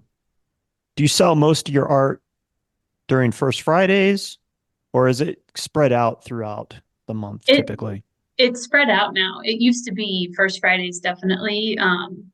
Like, especially in my old location, First Fridays, like, well, in my old location, whatever I sold on First Friday, I knew that's what I was selling basically for the month. And that's another reason why I needed to move to a different location. But in this space, it's changed a lot. People buy artwork all month long. And sometimes, I mean, oftentimes too, especially with higher priced items, people think about it for a lot and they come back 2 months later and they want to buy something they saw in an exhibit. So it's been good that way, that it happens. Like people come in and shop all month long. And years ago, I would say, like, you didn't put the work on the website. Like, First Friday was the first chance that anybody would see anything that was going to be in these new exhibits. And so people would rush to get the First Fridays because they wanted to make sure that they had the first chance to buy this, that, and whatever. And now our websites are live. We're open 2 days before First Friday, even before the reception even opens. And people, local collectors and admirists, know that. They come in on Wednesday and Thursday before First Friday to take a sneak peek before everybody else gets there. Do you sell a lot Wednesday and Thursday prior? A lot. I wouldn't. I mean, it just depends, but Yeah. I wouldn't a lot. Yeah, we do get hit pretty well on First Fridays. We will not complain about that. First Fridays are still like probably the prime day, but I'm grateful that people continue to come in throughout the month and purchase things. You spoke to your passion about art and your passion of owning and running a gallery. What else do you enjoy about owning a gallery, curating a gallery? The curating is just, I love to curate. It's like a puzzle. I can't wait. Like, we get to see the artists share images here and there, and then the 15th of the month before they drop off their work, they send everything to us. And so in my mind, I will always look at it and curate it online, and then most of the time they bring it in and then I see it in person. It's never what I thought of it was going to be in my mind. So it's this meditative puzzle piece that just I just love to immerse myself in. I've had many artists ask me, please, can I be there? Can I help you hang it? And I'm like, nope. You had a 1.5 to 2 years to work on this, and this week it's my time to be with your artwork. And both Gundy and I will say, you create the artwork and we create the space. And it's, that to me is an art form in itself. And I absolutely love curating. It's great. Yeah, it's definitely an art form unto itself. Yeah, it is. It's funny, creating this new body of work that will be in May. Somebody asked me the other day, do you find yourself creating differently because you're a curator also? And the way I have put together a body of work has definitely changed since I've become a curator. I think about the frames and what the sizes are and what orientation they are. Whereas most artists that don't curate, they're creating because they want to create, and they want to do this long piece, and then they want to do this tall piece, and then they want to do this little square. But there's all these different aspects that go into curating. Do the frames match? Do the colors flow? And so I've been thinking about that a lot as I've been creating this body of work. How might it hang? Can I have odd pieces, or do I need more even pieces, or do I need to put like everything as a square, or all those different thoughts. So in that process, that thought process, and as a curator, what are some pro tips that you can pass on to artists when they're thinking about their next show? Cohesiveness. And I'm not saying you have to stick with the exact same palette for the exact same show, but like, how can things flow together? And we look at palettes, we look at frames. Oftentimes if somebody frames something in all different frames, that's probably the hardest type of show to put together. If you have this bright gold frame and then you have white, and then you have like the mismatched frames can be a little difficult to curate sometimes, because there could be 2 images, 2 paintings, 2 whatever that go well together, but then the frames they don't speak to each other. And then it's like, where do we put this, and how does this work? So I really love the cohesiveness of framing when people are framing things, or don't put frames on it. But that would be the biggest thing. Mismatching frames is tough for curators oftentimes. However, then you can have a show like, I don't know if you guys saw Chris Alvarez's last show. Curse You tiny paintings, and he had over 100 miniature paintings, and I think we'll say like at least 50% of them were framed in all different frames. But they were so small that I just made this salon style wall, and it was absolutely beautiful. Like it worked really well together. But if you have like larger paintings and all mismatched frames, it does just cohesively, it just doesn't fit sometimes. Very hard. Yeah. That would be my biggest advice. Think about your framing and how things flow together. Makes total sense. So what is your process when you're curating a show? Like what kind of walk us through that a little bit? Yeah. A lot of it is palette. I look at the way that, the palettes play with each other, and how they can flow with each other, or depending on like the direction of a piece. If it's a portrait and somebody's looking to the left, oftentimes that will be on the left side of a room. Like I don't like it when a lot of times when like people are looking at each other, like there's so many different things. Like, so if it's portraiture, the direction of where the face is going and how the lines lead you around the room, or the faces lead you around the room. I like a cohesive flow throughout the space. So the frames play a lot into it, the palette, the direction of the piece, whether it's an abstract or a portrait, but there's a lot of moving around. Like I'll lay it out, and I don't think ever have I laid out a show and that's like the very first time I've been like, oh, this is it, I'm done. I think you move it around a lot. You lay it out, you walk out of the room and you lay out a different show, you come back and you look at it again.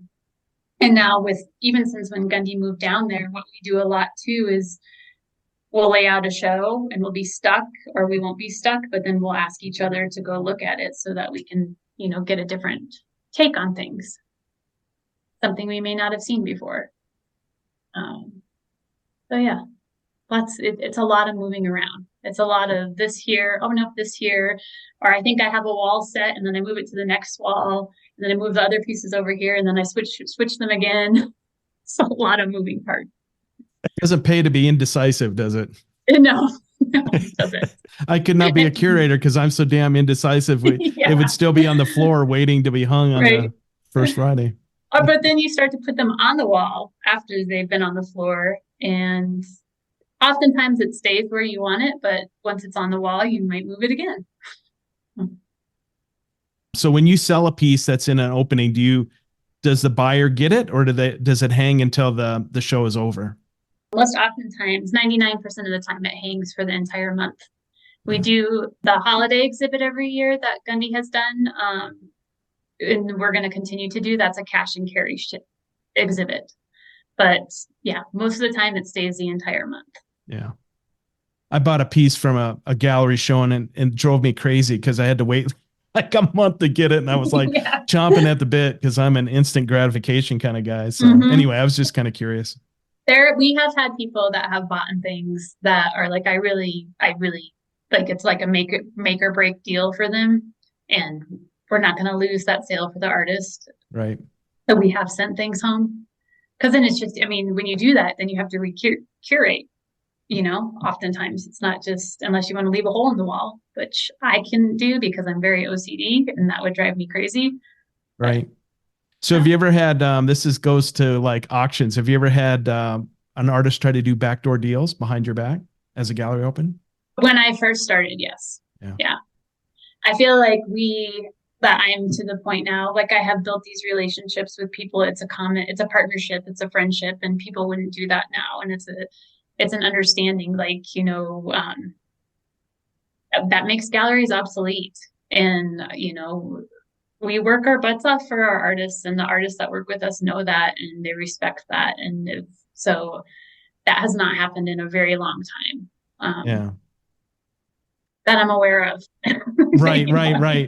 And I'm we early on in the podcast, we ran into a number of artists is like, if you want to buy my piece, you have to go through the gallery. Even if they bought it, they would send a check to the gallery saying, here's your portion. So, and I got to respect that. Yeah, well, and I do too. I mean, Yeah. because really, like that's what it is. Like it's a trust thing, you know. It's like this is how Gundy and I feed our families. Like, you know, this is our business and we're working really hard to make this partnership work for both of us. And so yeah, it's a mutual respect, Right. you know. Yeah. Yeah. Very symbiotic, right? Yeah. Yeah, symbiotic. That's a perfect word for it. Yeah. And I think artists need to realize that, you know, and I don't think all of them do. I think there's, you They know, don't. pretty unscrupulous people out there. Like, I'll sell it to you for $50 cheaper if you sell it, you know, buy it from me, you know. Yeah, So yeah. And I really believe in my heart that we don't have artists that do that anymore because they know that this is our livelihood too. On this kind of same topic, what are some of the things that artists and even the general public don't understand when it comes to selling art and running a gallery? Well, I mean, kind of what we just hit on, you know, I had somebody come in the other day and they asked me, they said, what percentage do you take from artists? And I said, it's a 50-50 split. And I don't like the word take because, because I'm not taking anything. Like we really encourage our artists to, when we talk about pricing, to always price your work as if you're showing at a 50% gallery because that's industry standard. And if you're selling out of your studio and it's that same price, like, well, then you get a little more kickback because it's not like it's not being shown through a gallery. But nobody is going to, well, not most people aren't going to, like, if they see something at a gallery and then see it at somebody's studio for 50% less, why would they come buy it from the gallery? You know, why would they do that? You know, most people like they're see 50% off, which is I think it's gotten a lot better, but I think a lot of people don't realize like they see galleries as taking from artists, but that's not what it is. And it's a like what we just talked about, it's a partnership and it's mutual respect. And galleries are here to support artists, and artists like we're supporting each other. You know, I one person told me once, she works for Rocky Mountain PBS in town, and I told her this was years ago when I was like, I don't understand why people think that, you know, I'm taking from artists when it's a partnership. And she said most people perceive gallerists as like philanthropists. They think it's just like a hobby. These are these people that have a lot of money and they just open up a gallery, and that is definitely not the case.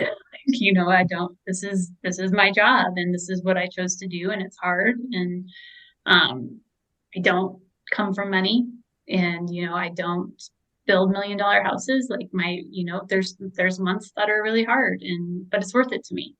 And I don't think that everybody realizes that, you know, all the behind the scenes, all the hard work, all the strain, honestly, on a family too. You know, both Gundy and I, you know, our families are very supportive, but you know, like my husband doesn't come from an entrepreneurial background, and he, you know, he I think sometimes resents the business because it takes so much of my time. That's a thing that we talk about a lot on the podcast with artists, but also people that own galleries. Like there has to be a balance that's struck, right? So how do you strike that work home life balance? Well, that's one of the reasons why Gundy and I did what we're doing. That's another thing, is that family is very important to us, and our lives literally run so parallel. We can tell each other these stories like the same thing, like, you know, our husbands love us and they support our galleries, but then sometimes they're like, I kind of hate what you do, you know, and how can we balance that more? Well, by having somebody that we can trust, which is each other, we can have more time with our families, because we don't both need to be there all the time, because we know that we can run it individually without the other one being there. And so she can be in Breckenridge with her family right now, or this last week I was in Crested Butte with my family, and we're able to give each other that time that before it was like, well, I don't have an employee, you know. We hired an employee, a gallery manager, that so to give us some more time as well, so that we can go out and build our curating side of the business. So that's a big push for why we did what we did, so that we could balance our lives more. You know, our kids are 7 and this time is so fleeting and it's going by so fast, too fast already. Yeah. We love what we do and we love our families, and we want to make both of them work. Yeah, Yeah. absolutely. Yeah. And you're so right on the money when you're talking about, your children being this age and how much time you have with them. These are the pivotal years right now. Yeah. So the fact that you were able to join forces and now have this gallery together, I mean, that sounds pretty ideal to me. Yeah, it's pretty amazing because it's not oftentimes that people will say business is hard. Having a business partner is hard. You don't like, it's funny. So many people have said, well, do you guys have X, Y, and Z in place? And who's going to be doing what? And who's going to be, and it just has worked. We just work seamlessly together. It's like she's my soul sister. Someone told us, if you believe in this, there's a woman that we both know that said that we were definitely sisters in past life. We just work really well together, and I'm really grateful that this has happened at this point in my life. Everything happens in its own time and for a reason, I think. Yeah. You guys have been friends for a while, you and Gundega. Yeah. When did you guys meet? We actually met when we were pregnant. I wasn't telling anybody yet. She was 6 months pregnant, and we both got hired to jury a show at Cottonwood Center for the Arts. And people had told us for years, like, you should know each other. You guys are so much alike. So our kids are 7, so 8 years ago we became friends.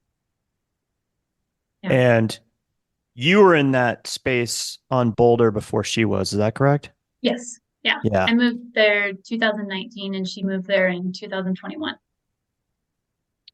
And then before you guys joined forces for Auric Gallery, you had this other business that you've had for a while now, Curate Your Space. Talk a little bit about that and what kind of services you guys offer. So both of us on our own for years, like when I was doing, like I had said, Phantom Canyon and the coffee shops around town, we had done curating on our own here and there, but never really like pushed or like advertised for it. And then during the pandemic, we happened to both be working with the same collector at 2 different times, bringing in artwork, showing it to her in her home. And we were like, why don't we make a business out of this? Why don't we promote this more and do this together? And so we call it Curate Your Space, and we've been lucky. It's all been from word of mouth. We did a job, and then we got another job from that job, and then we've met with some interior designers and framers that give our names to people. So we do as simple as going and hanging a piece that you already own, to finding pieces for your home, to recurating your whole entire collection. We've taken everything off people's walls and recurated it for them. We have had people send us pictures of a couch and say, I want a piece for over this. And then we show them all the various pieces that we know from local artists that would look great in their space. Sometimes we bring them in and we show them that way instead of just digitally. But since we have grown our business, what we typically do is send a portfolio of images that we think people would like, and then they narrow it down, and then we bring it to their home and show it to them to see what they would like in their home. We hang mirrors, we hang in stairwells, which is not Gundy's favorite thing to do, but I like the challenge. So yeah, and then businesses around town. We do rotating curation for various businesses around town. We do 3 to 6 months. And we bring in a whole body of work, and they lease the images from us, so the artists get a kickback from that. And then 3 to 6 months later, we bring in a whole new collection of work. It sounds like a lot of fun. It's a lot of fun. It sounds like a lot of work. It's a lot of work. It's a lot of work, and it's a lot of fun. Yeah. The home curating, it's kind of like what you guys said earlier with, you've had so many different things happen during podcasts, whether it be with, couples or whatnot. Like, we have had some interesting encounters with different clients in the homes. So we ran into all different things, but it's fun, and all the different personalities. It's like working with all different artists all the time. You never know what the personality is going to bring, and that's how the home curating clients are. The business ones, not so much. It's pretty much regiment for businesses, but the home clients are always different. So how do you monetize that? It probably varies. Like, you got a rental, so that's kind of a no-brainer. You charge rent. Mhm. But when you're curating, let's say hanging mirrors or hanging art, so how does that look? We charge by the hour. Okay. Yep. So we have a minimum rate of $200, and then we charge by the hour from there. Nice. Yeah. Yeah, until you actually do that sort of thing, do that kind of work, you have no Hmm. idea like what you're Hmm. up against. And Yeah. every day is different, right? Every space is different. You just don't know what kind of challenges are going to be thrown at you for that particular job or that day, right? Mhm. Yeah, like the wall, even the walls you're hanging in. Like a lot of the new builds, the walls are so thin. I don't even, I'm like, did you put is there a 2x4 like in the middle of this? Like it's crazy. Like the new builds are very different than like going into the old houses, like on the old north end, working with plaster walls or brick wall. Like there's just so many different challenges that it's fun. When we first started, it was more scary because we were, like, I don't know if I want to drill into this brick. And then you do it, and it's like, I can drill into brick anytime. Right. Yeah. Once you got your technique and your routine down, right? Yes. Then it Well, becomes and a the little right easier. supplies and tools, and like, yeah, it's a lot of fun. We really want to grow that side of the business even more. We really enjoy just curating in general, like curating the shows at the gallery and curating for other people. That's really where our passion lies. So what's the craziest thing that you've had to hang The craziest thing. or the most challenging maybe?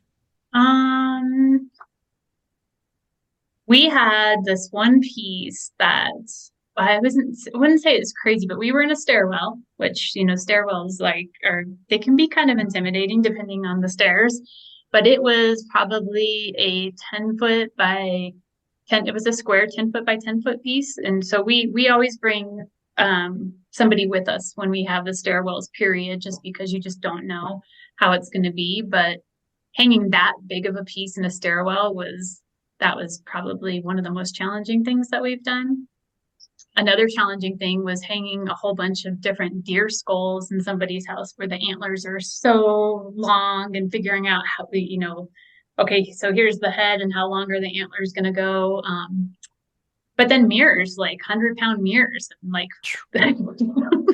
that's you can put anchors into a wall, but it's still like, I'm not gonna lie, when we first started curating, when we would do some of the heavier stuff, I would wake up in the middle of the night and be like, am I gonna get a call that this fell off the wall, even though I knew it was in place and I knew the anchors were fine. But it's the same way when we do installations in our space. We know everything's secure, but we have nightmares about coming in and everything being on the floor. Like, I think Sure. it's what when you do it for a living, that's your biggest nightmare that could possibly come true. And so that's what happens. You dream about it. And knock on wood, that's never happened. But I could totally see it.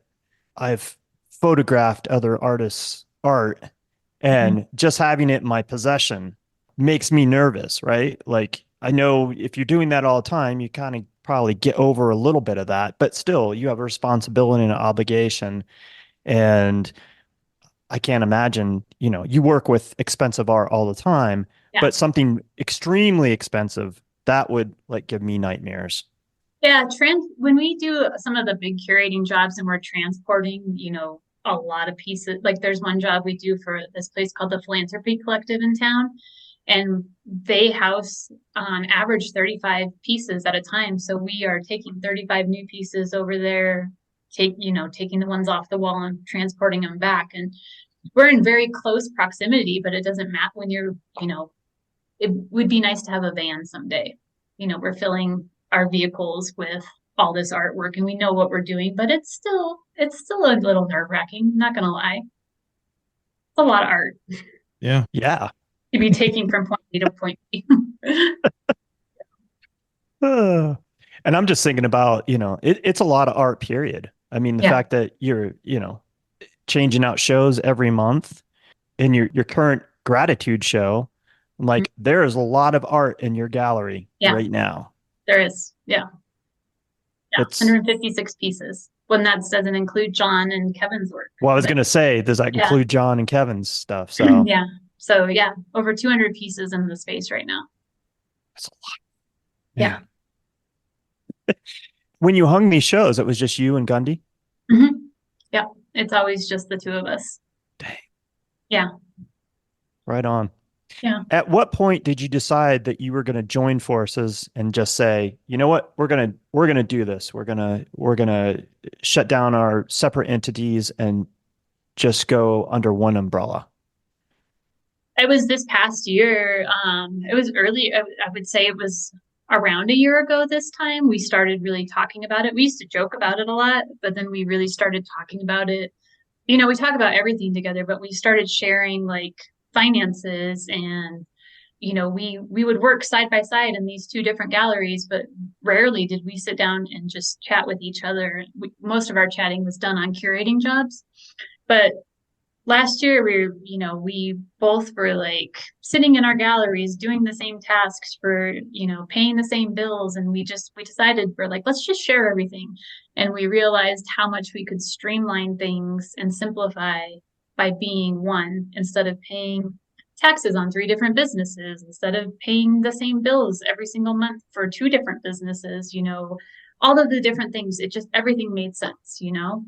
Being able to stop just maintaining the business we love, but to grow it. That was the biggest motivational thing, the family and growing the business. Because for years, I would say for the last like 3 years, we've been so busy, but it's like we're treading water, if that makes any sense. Like, we don't want to get burnt out on what we love doing. And those are the conversations we were having over and over again. And then I can't tell you the day that it was. I don't even remember, but we basically just looked at each other and said, let's just do this. Let's make this happen. And what do we need to do to make this happen? And it wasn't cheap. I'm not going to lie. It's because we decided to hire a branding company, because we didn't want it to look like Kreuser Gallery or G44. We wanted it to look like us together. So we hired professionals to help tell our story together. And we're very happy that we did that. But all of the things that it made that we had to do to make us one, it was expensive. Not gonna lie, but I think it's the best thing that we could have done. There a lot more to it than you imagined before making the jump? A lot more to it when it came to the branding. I didn't realize what that whole process would be, and it was a great process, but I didn't realize how in depth it was going to be. Like, Gundy jokes that it's like we were getting married and going through marriage counseling, because they asked us so many questions. They asked us questions separately and together, and they would put us on the spot in front of each. They would have us talk about things that maybe we hadn't even talked about before, and we learned even more about each other than we thought that we thought we already knew. So that was really exciting. But yeah, it was a great experience, and I would recommend it to anybody. We learned a lot about ourselves and about it's crazy, because they sat us down, asked us these questions that I was telling you about, and then they came up with the whole design. And when they showed it to us, it was perfect. And in our opinion, it's perfect. It is us to a T. Sounds like it was smart money well spent. Yes. And I loved how you referred to it as like almost like marriage counseling, because Yeah. and unless you've gone through it, you don't know, right? And so even though you've been very successful on your own and partners in this joint business, Curate Your Space, there were still things that, like you said, that you hadn't talked about and maybe hadn't thought about or addressed yet, right? Yep. Yeah. So I would imagine that each of you have your various strengths and weaknesses, just like any partnership. So what are some of the strengths that you bring to the table, and what are some of Gundy's strengths? Funny, so many people ask us that. And we honestly are very similar people, in that, like, in our business styles. We do business very similarly. We work differently in a sense that, like, when I have time to work, I can just bust stuff out, and Gundy is more of a fly by the seat of her pants. But it's worked for us. It's not a bad thing. She would say, like, she says that when it comes to like business deals and like working with people, that I'm more assertive, which I never really thought of myself that way. But she told me just the other day, she's like, you've taught me so much about how to deal with different clientele, about being more like assertive with our business beliefs and how we want to do things, which I thought was pretty great because I don't know, I guess I don't see myself that way. So it's funny when somebody else sees that side of you.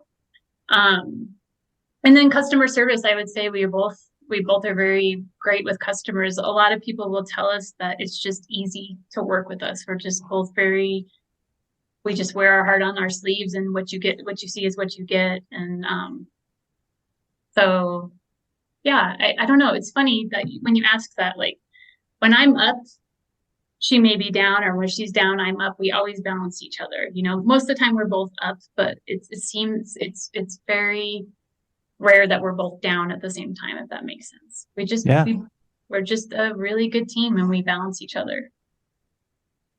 And it's funny because with Curate Your Space, I was doing all the financial stuff, and then through all the renovations and all of this, we both kind of just did what we needed to do, and Gundy kind of took that role on, and I took more of the design role on and the website stuff. So I don't know. It's just, again, it's just worked.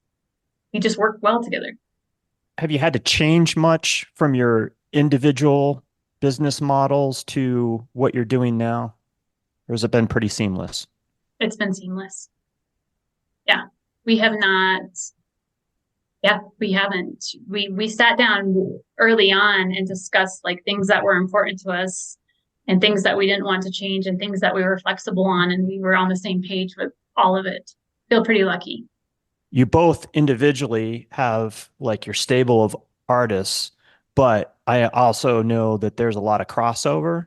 Mm-hmm. So you both have shown previously some of the same artists in your galleries. How did that change once you became one entity? How is that going to evolve?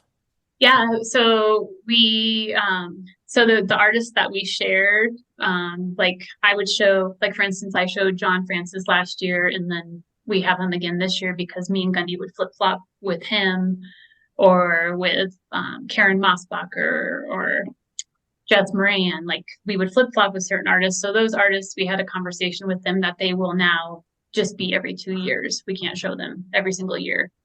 And then some of the biannual artists that Gundy had that I didn't have, they will continue to be biannual artists. Same with mine. The ones that I showed that she didn't show, they will continue that way.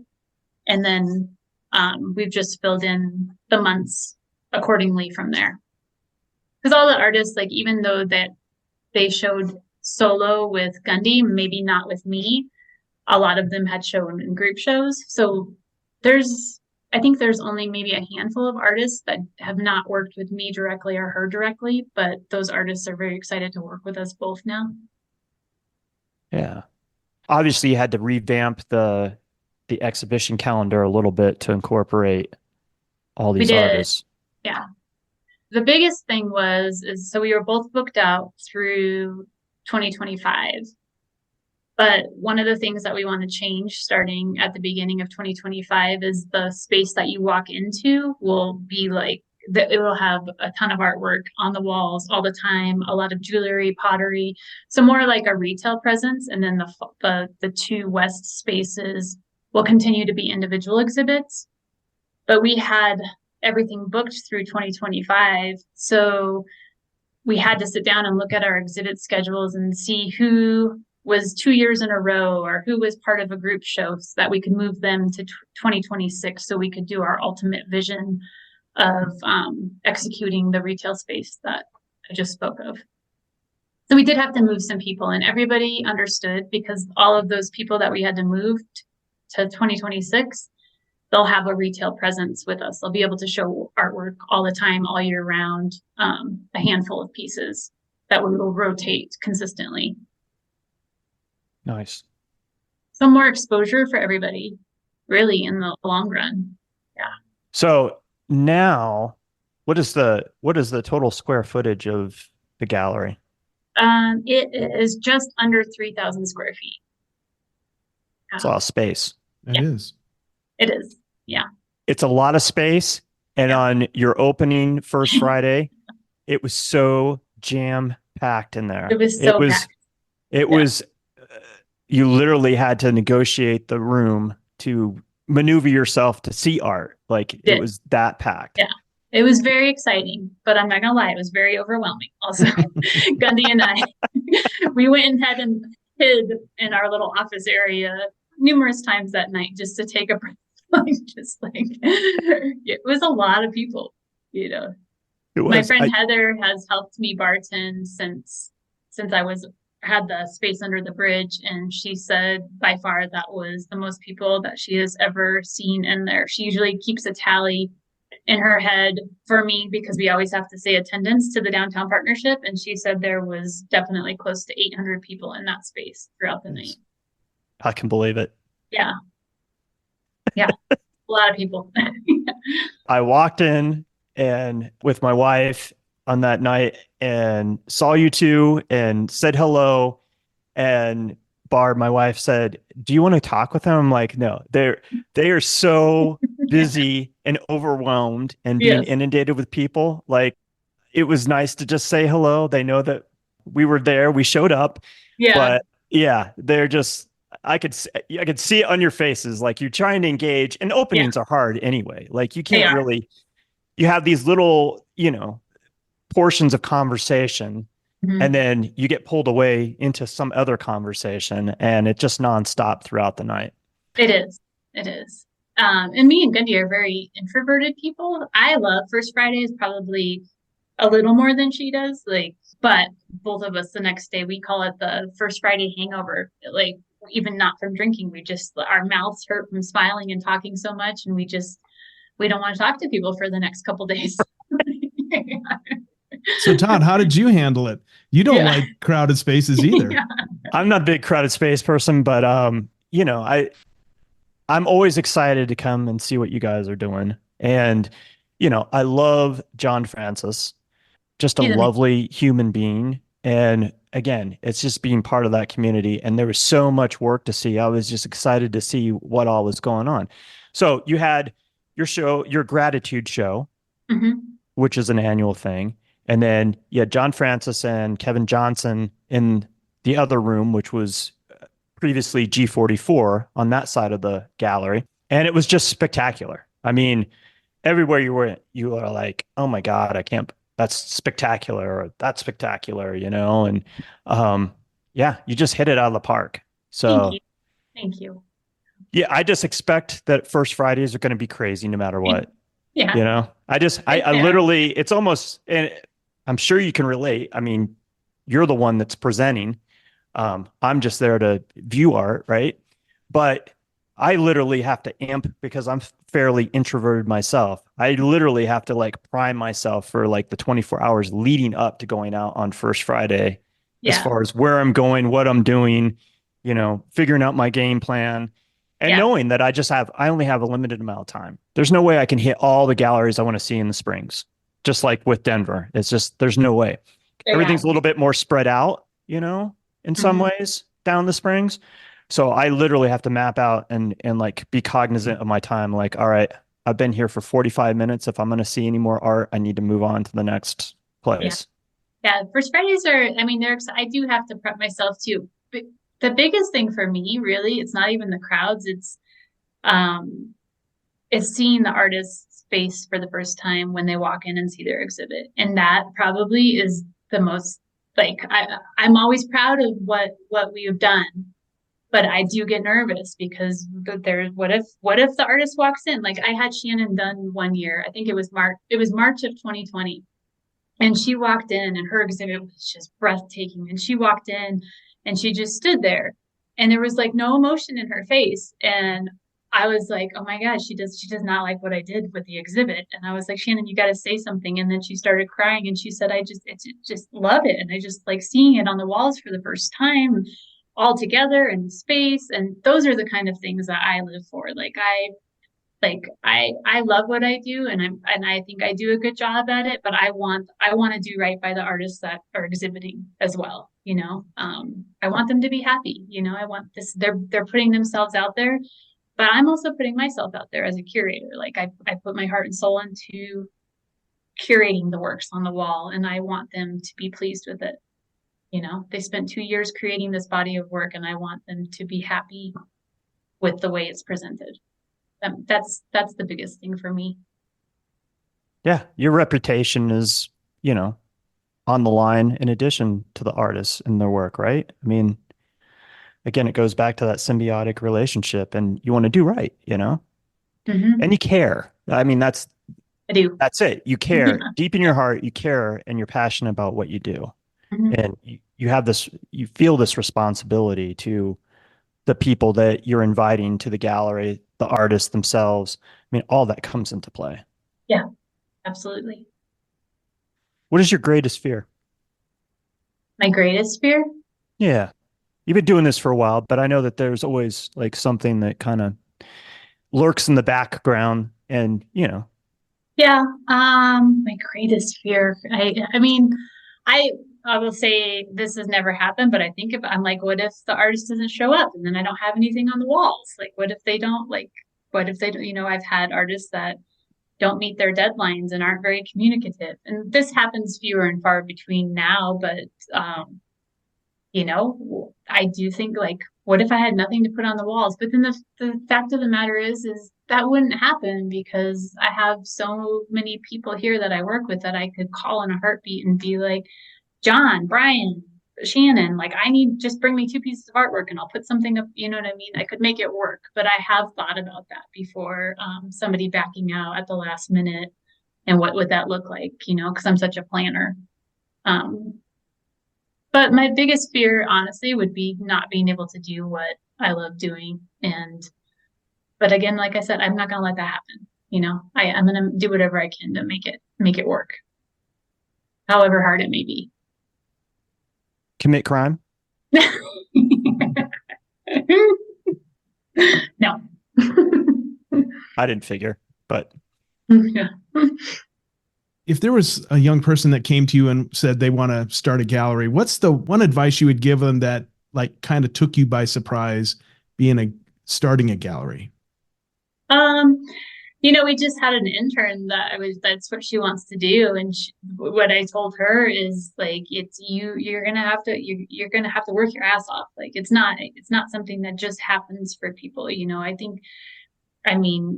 I was honest with her. I worked multiple jobs for years, and maybe that's not everybody's, Gundy started her business and she was able to do that. Like she helped with her family business too, but she didn't work as many jobs as I did to make mine work. So you don't necessarily have to do that, but you have to be willing to put the work in. It's not just going to fall in your lap. I mean, still after 12 years, like I can't not promote and do things, you still have to do it even after 12 years. It's a constant process. And the minute you stop with any business, really, like people forget. I mean, like, doesn't matter how many people admire you or how many people love your business or you have to constantly put yourself out there and be vulnerable and put in the work. Yeah. And a lot of people aren't willing to do that. A lot of people want things to just be handed to them. And as great as that sounds, like that's just not the reality of most people's lives. Right. That just doesn't happen. And honestly, like I don't, like as a mom, again, I'm proud of the fact that my son sees me work so hard. And yes, maybe I've had to sacrifice things, but he comes to work with me, and when he has days off, that's what he does. And he knows he has to do that. And sometimes he says, Mommy, I wish you weren't looking at the computer, or I wish you weren't doing work. And I think that someday he'll be like, I really respect what a hard worker you were all these years. And yeah, so I think that would be the biggest thing, is telling people like it literally is a labor of love and you're going to have to make it work. You're going to have to put in the work. It's not just going to happen for you. And if you're willing to do that, then you can make it work. That's it. Yeah. That's distilled down to the very essence of it. It's a lot of work. I admire and respect what you guys do and any gallery owner, because I see what you guys go through. I've had enough conversations that I just know that it's an extreme amount of work. Where I have my studio is within a church in the 40 West Arts District, and they recently, within the past 5 months, started their own gallery. Mhm. When they started it and they had this idea, I was like, man, I don't think they know exactly how much work this is going to entail. And Mhm. now 5 months in, you're seeing people like, man, I'm really burned out. Or, I sit the gallery every Sunday, for 3 hours and it's taken its toll on my relationship at home or whatever it may be. Mhm. And, I've jumped in and tried to do a few things to help out. But I knew from the get-go, I'm like, I'm going to see how this shakes out because I know how much work it is. And I don't Mhm. want to be the guy with the plan. Like, I don't Yeah. want to be, I have enough going on. I'm not going to like throw myself into that mix per se with both feet. But they're doing a great job. Mhm. And I think it's hard because I think you have these certain expectations. And again, sometimes it's good to be naive when you jump into something. I mean, I don't know how you feel. Like you obviously are passionate about it and you wouldn't change anything. But going back to, when you first started this idea of wanting to have a gallery, if you knew how much work it was going to entail, it might have gone either way, right? I mean, you might have I mean, said, I don't know, right? there were times during, these 12 years that I applied for other jobs, other positions within the community to do things like in the art world, but not as my own business because when you run your own business, sometimes you look at like, oh, it'd be really nice to have a regular salary and insurance and a 401k. Maybe I want to do this, but you know, haven't done anything like that in the last like 7 years. But yeah, it is. It running your own business is tough, and there is times that you would want those things just to happen, like have a regular job. But then I think about how long I've been working for myself, and I don't know that I could have somebody else telling me what to do at this point in my life. I kind of like the fact that I'm my own boss. And yeah, I Yeah, it'd don't have. change that for anything. And I know a lot of people that make really good money, but they are miserable doing what they're doing. And I may not make a lot of money, but I love what I do. And that's to me is worth more than anything money can do. So And you're sitting with two people, one who could never work for anybody else, and another one that hates what he does. Yeah. So you can pick out which one is which, but yeah. Yeah. I don't, it's just life's too short, to really hate what you're doing. Yeah. It really is. Are there things like I said, has my family made sacrifices because of what I chose? Yes. Are there things that, we would like to do or have? Yes. And maybe we will someday, but to me, it's not worth going out and working for somebody else to get a bigger paycheck, not liking what I do. Yeah. Yeah, I wouldn't last very long. Yeah. They would ask me to leave. I say that all the time. Yeah. I want to talk a little bit about pricing before we Mhm. let off today, because I think that's one of those things that artists really struggle with. And when they're looking at being part of an exhibition or showing in a gallery, it's really hard to figure out where you should price yourself. And I have this conversation a lot with not only other artists, obviously on the podcast with Wes here, but also when I go in the gallery spaces, with people that I have a close relationship, and we'll talk about like what Mhm. they'll be honest, like I think this is overpriced or I think they're underpriced. Um, if you would take a little bit of time and talk about how you guys go about it as far as pricing and how you converse with the artists as far as if they should be either higher or lower in their pricing. Yeah. Yeah, this is something that comes up. I mean, probably monthly still, with artists saying, I don't know how to price my work. I need your opinion. And we have a formula that we give people to work from. But I will never say, this is the price that you should have on this piece of artwork. Like I always make the artist make the final decision. I have had very green artists come in with very high priced items, and I will say to them, it's going to be hard for me to sell it at this price. I don't want you to go down. I don't ever want you to undersell yourself, but I just need you to know that like this price may be hard for me to move it out the door. And I say that because you work with well-established artists that have been doing this for a very, very long time, and every year they go up a little bit, and they have worked their butts off to get to the price that they're at. And sometimes people come right out the door and they're going to charge X, Y, and Z for their artwork, but you really have to put in the work to get yourself up to that point. So that being said, like I will never say to somebody that's too high. I will let them know that it might be hard to sell it. And when I say it might be hard to sell it, it's because the people in town that are buying work, and it may not so much be tourists, but the regular buyers in town, if they do not know who this person is, like oftentimes they'll be like, who is this artist selling for this amount of money when I've never even heard about them? Where did they come from? Where's their background? What they want to know these things, like what, so I'll give you an example. 2 years ago, October, I showed a 17-year-old. I don't know if you saw this exhibit, but phenomenal artist. He's now he goes to school in Chicago, and he's a colored pencil artist, and he is going to go far. And his work was not cheap, but it was worth it, 100% worth it. But I didn't sell the big ones. And I told him that, I'm like, this is your very first solo show, and your work is definitely worth what you want to sell it at, but it's going to be hard for me to move it through the door because nobody in the community knows who you are yet. And people look at that. They look at the history of where the artist is coming from.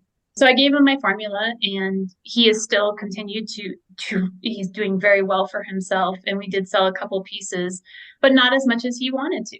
He was showing at that time with Sean O'Mealy. I don't know if you know Sean O'Mealy. He's a local woodworker in town who's phenomenal, and their prices were somewhere on the same par. And Sean's been doing it for years. And Tanner did tell me, he's like, I appreciated that feedback that you gave me. And he didn't go down in his price. And I was totally fine with that. But that's the kind of thing I will talk to people about, like letting them know, like, you should go up every year because everything goes up every year, and you should go up a little, don't do huge jumps. I had an artist once do a 50% jump from their biannual exhibit. And I told them, I was like, collectors are going to be like, what the hell? Like, where did this come from? You can't jump that high either. You got to gradually go up. On the flip side, you also can't go down. We had an artist recently that went down in price, and we had a couple collectors that were really upset about it because these people that buy art on a regular basis, they want to know that their art is appreciating, not depreciating. And they said, why did I buy this, let's say 20 by 20 for $2,000 2 years ago, and now he's selling them for $1,100? Like, you can't do that either. So be consistent, go up gradually. I'm happy to share the formula that we share, but always have that extra 50%, like if you're being represented by a gallery, because once you start showing in a gallery, if you're not already, like, that's what they're going to be looking for. Make sure that your pricing is consistent across the board. So what's the formula that you share? To do it by square inch, if it's like a 2D artist, set your square inch price. We don't say like what price to set it up, but set your inch price. And there's two different ones. Like, you set your square inch price, but then like if you do square inch pricing, you will notice like once you get to like a 20 by 24, even though the formula is correct, it's like the price jumps drastically. So you can continue to do that, but we also have in there, or you do, let's say $2 a square inch from small to 20 by 24, and then you go down to $150 a square inch, just to throw out some numbers. Because then it seems more consistent, even though the formula is not incorrect, if that makes sense. Yeah. Yeah. And then once you find your price, multiply that by 2, and that's what your price is, what you need to be getting from that piece, no matter what. Multiply it by 2 so that you have a gallery in mind as well. Sculpture and mixed media is different because a lot of people then you need to put in the price of your supplies, because it could be all over the place. It's not as simple as a 2D piece. Yeah. What about going from one region into a different region? So say you show here in Denver and you go down the Springs, but like your collector base doesn't know this person. Like you've been doing well, maybe even killing it here in Denver, but all of a sudden, it's like starting from square one again, right? Do you lower the price, or do you just kind of keep it at the same price point and roll with I that? I encourage artists to keep it at the same price point. If you have sold your work, I get that it might be in a different community that you've sold your work for that price, but how are your collectors in Denver going to feel about the fact that you're selling the same type of work in a different city for 25% less? Like, I encourage artists to stay the same. To give you an example, I have a retrospective show coming up in May. Bill Burgess is a sculptor in town who has passed, but we're going to take pieces of his and his daughter and his son who are still alive, and we're going to put them all together. But his daughter lives in Seattle. And that was what she actually emailed me last night and said, so I'm thinking about cutting my prices drastically because the Colorado Springs market is not the same as Seattle. And I said, I would encourage you not to do that.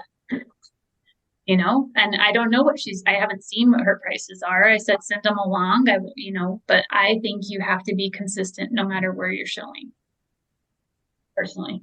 Well, we're on the internet, so I can go to whatever gallery. If I find out you're showing in Santa Fe, Yeah. I can look them up there too. Yeah.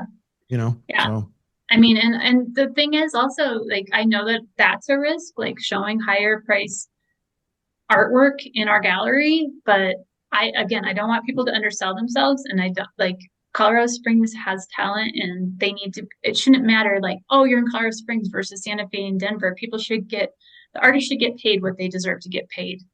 I get that communities are different, but I want people to get paid what they deserve to get paid, not just because they're in a bigger city. So let's talk about collectors. So you have a new collector comes in, maybe they've never really collected art before. How do you approach that? Yeah. It's actually kind of fun.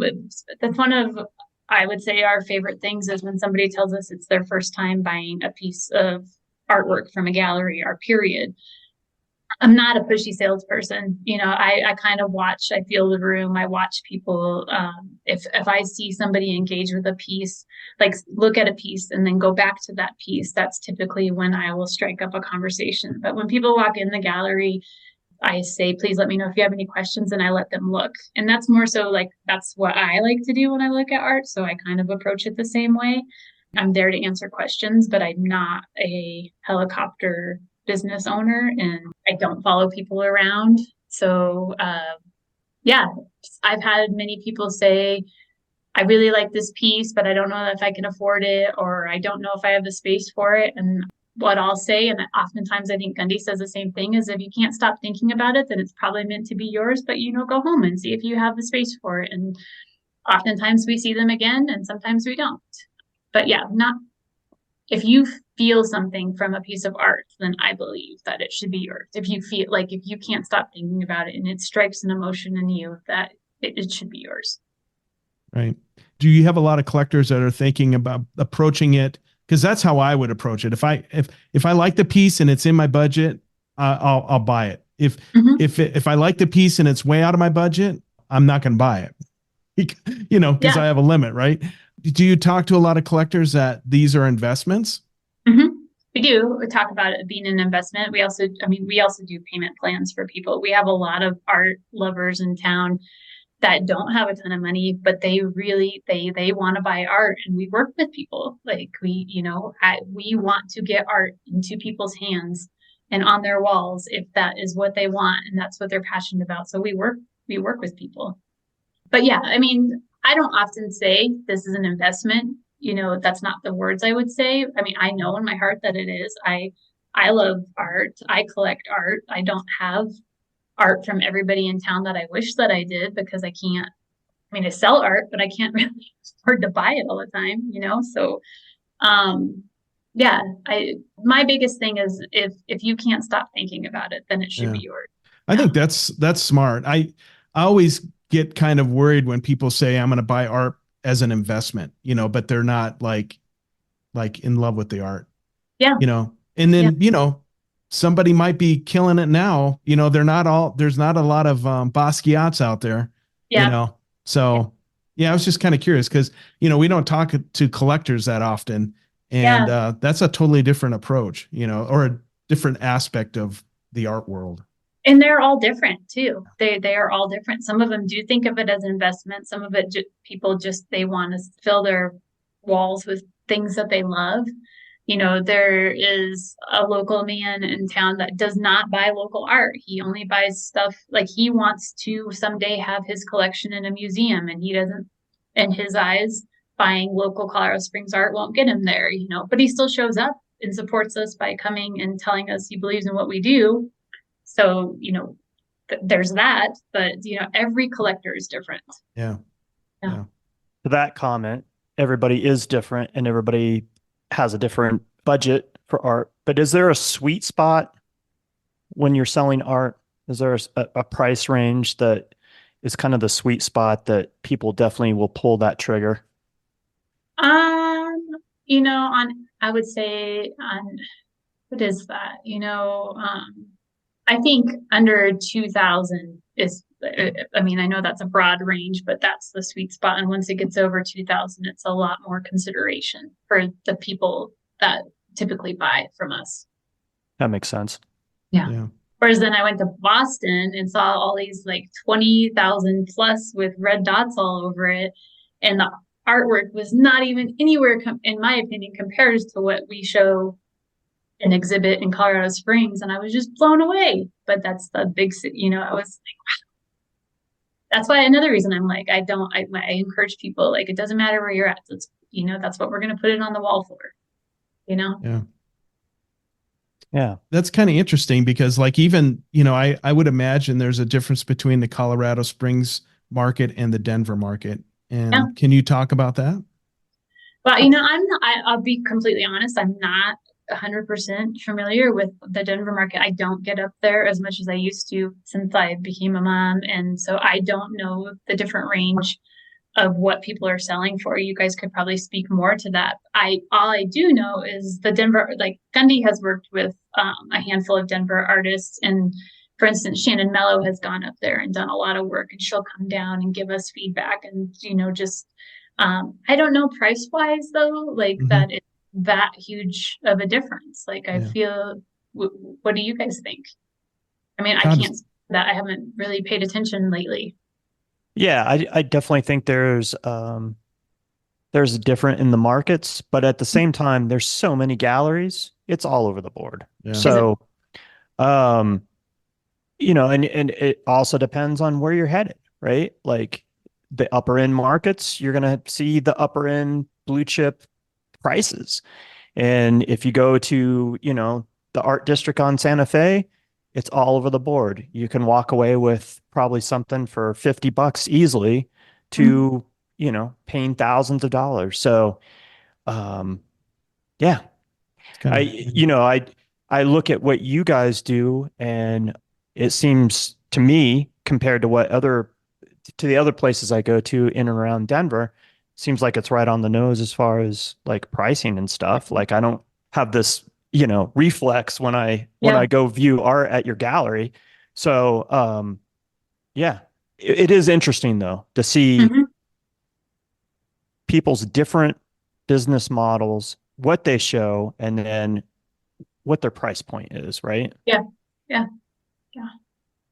I have a few artists that work with Michael Warren that have also exhibited with me, like Floyd Tunson and Margaret Kasahara, and their pricing is consistent whether they're showing with him or they're showing with me, and that's and they've sold with both of us. So I think it just depends on who's walking through the door, honestly, and back to encouraging artists to put the price on it that they deserve, like that they've worked towards to put on it, Yeah. Don't lower your price. We've had artists come to us and say, I had a really bad year. I'm thinking about lowering my prices. And I'm like, you've sold your work for these prices.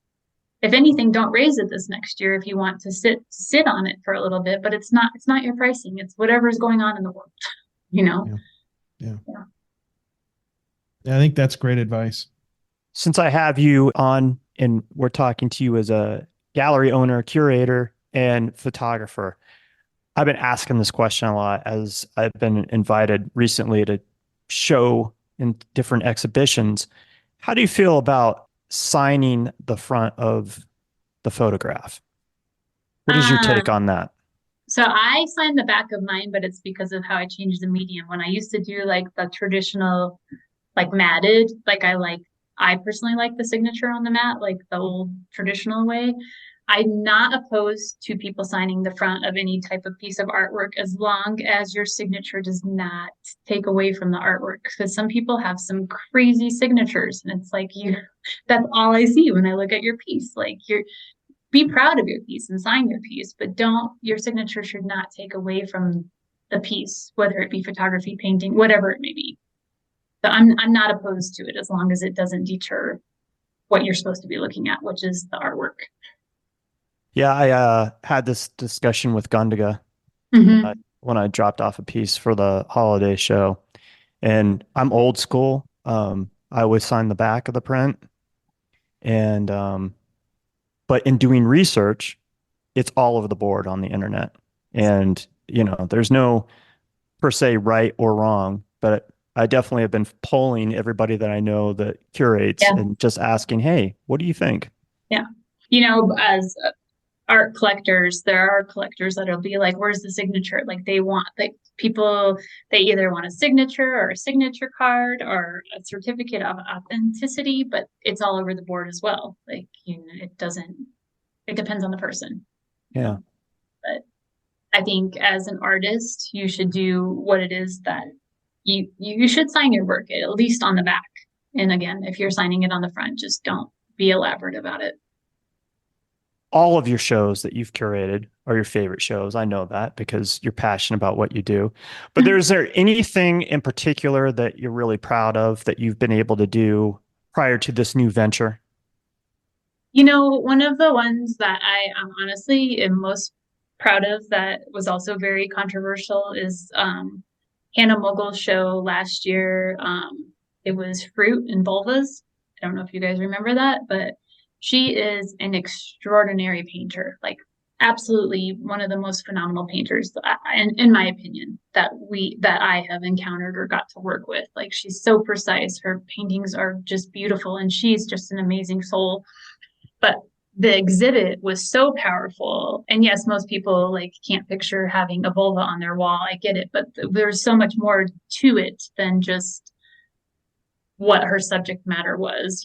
Like we had discussions on sexual abuse and on women, just women in general, women femininity and what women have overcome throughout the years. And people were really like I loved watching like people interact with the show, and people walk straight from one gallery into Gunny's gallery with like blinders on, like they couldn't see it. And I encouraged people, I'm like, try to get past the subject matter and just look at the technique. Because of the fact that she did fruit and vulvas, like I intermixed them, so it wasn't like all the vulvas on one wall and all the fruit on the other. Like I put it in between so people had to engage with it, and the story behind it and her story and her painting technique, like I don't know.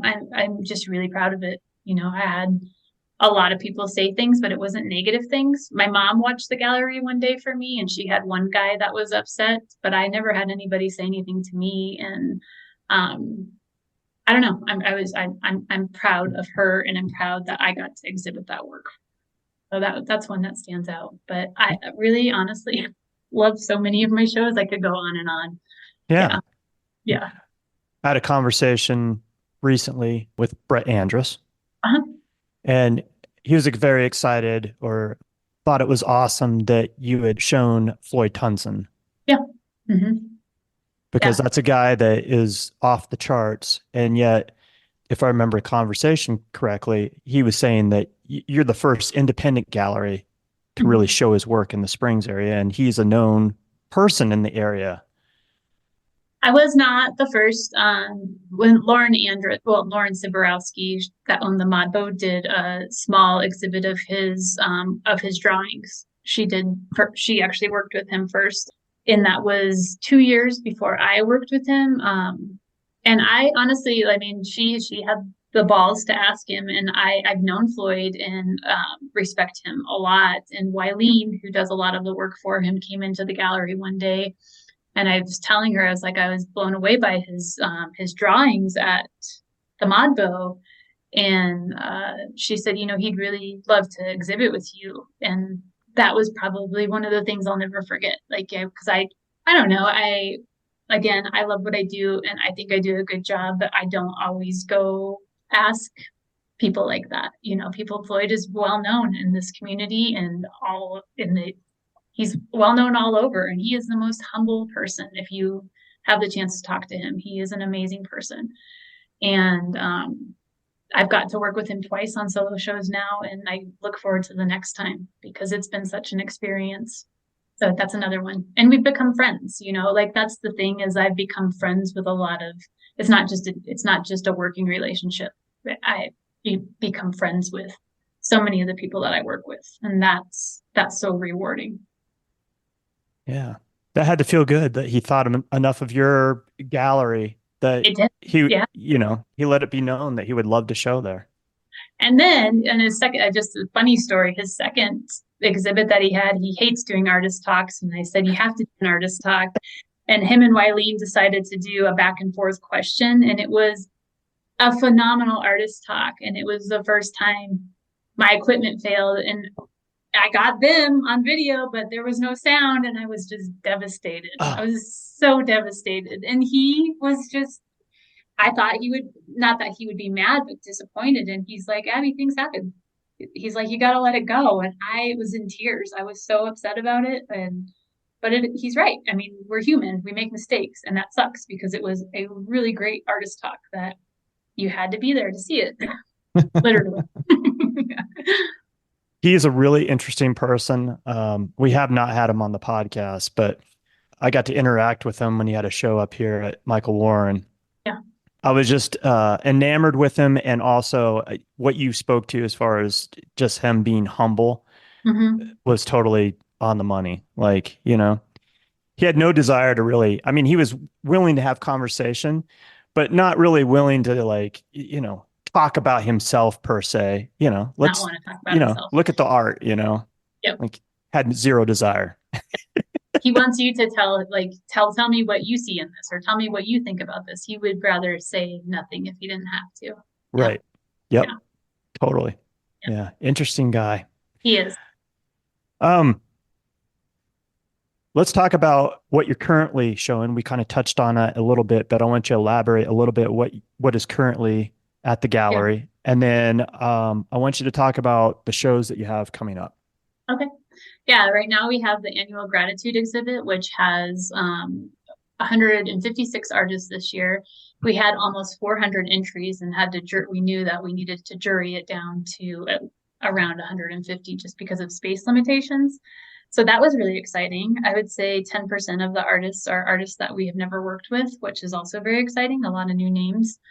And then we have John Francis, who everybody knows and loves, and showing in the 121 space alongside Kevin Johnson and his Serenity exhibit. And they're both phenomenal exhibits. And coming up, so each month we switch it out. Like these exhibits close this Friday, and then the new exhibits open the following Friday, and there'll be 5 new solo exhibits. So right now we have one big group show and 2 solo exhibits, but next month we will have 5 solo exhibits. And yeah, very excited about them. All different artists, all local artists, except we have one Denver artist. Brett Fox will be showing next month. I don't know if you guys know him, but and then coming up, typically we have 5 shows at a time. And then the next show that will just take up one space is the holiday exhibit, if I remember correctly. And then moving forward, 2025, gratitude will be shown in all 3 spaces, and the holiday exhibit will be shown in all 3 spaces. And then the rest of the time will be individual and group shows. Those are going to be huge shows. Yeah. Because they're already huge shows. Yeah. So taking up that entire space, that will be amazing. Yeah. And I can't even imagine curating that because like we already discussed, like you got people with all kinds of different frames and different palettes and different mediums. Yeah. That'll be fun. It'll be exciting. Yeah. I'm very excited about it. Anything else that you want to promote, talk about, address? I mean, I just really want to thank you guys for taking the time. And I've listened to your podcasts. I watched you for a long time, and just I love what you're doing and really appreciate your support of the arts community in Denver and here. I mean, I really appreciate it. Yeah, this is a passion project for us. We love meeting new artists and gallery owners, and we really, really enjoy and appreciate the time that you've sat down with us today, and look forward to seeing what you guys pull off, because man, it's impressive. So I'm excited for you guys. This is going to be great. Thank you very much. Appreciate that. I appreciate you spending a Sunday afternoon away from your son and your husband. And like we always say, time is the most precious thing that we have. So the fact that being as busy as you are and taking time out of a day that you have off, we really appreciate the time that you spent with us today. And I look forward to what's coming up on your exhibition calendar this next year and just seeing how all this evolves. Yeah, me too. Thank you. Appreciate you guys. Thank you. Again, check out Auric Gallery at auricgallery.com and follow Auric on Instagram at Auric Gallery. Auric Gallery is located at 125 East Boulder Street, Colorado Springs, Colorado, 80903. As usual, you can find all this and more in this week's episode notes for the Tenant Podcast. I'm Todd Pearson. And I'm Wes Brown. Have a great week.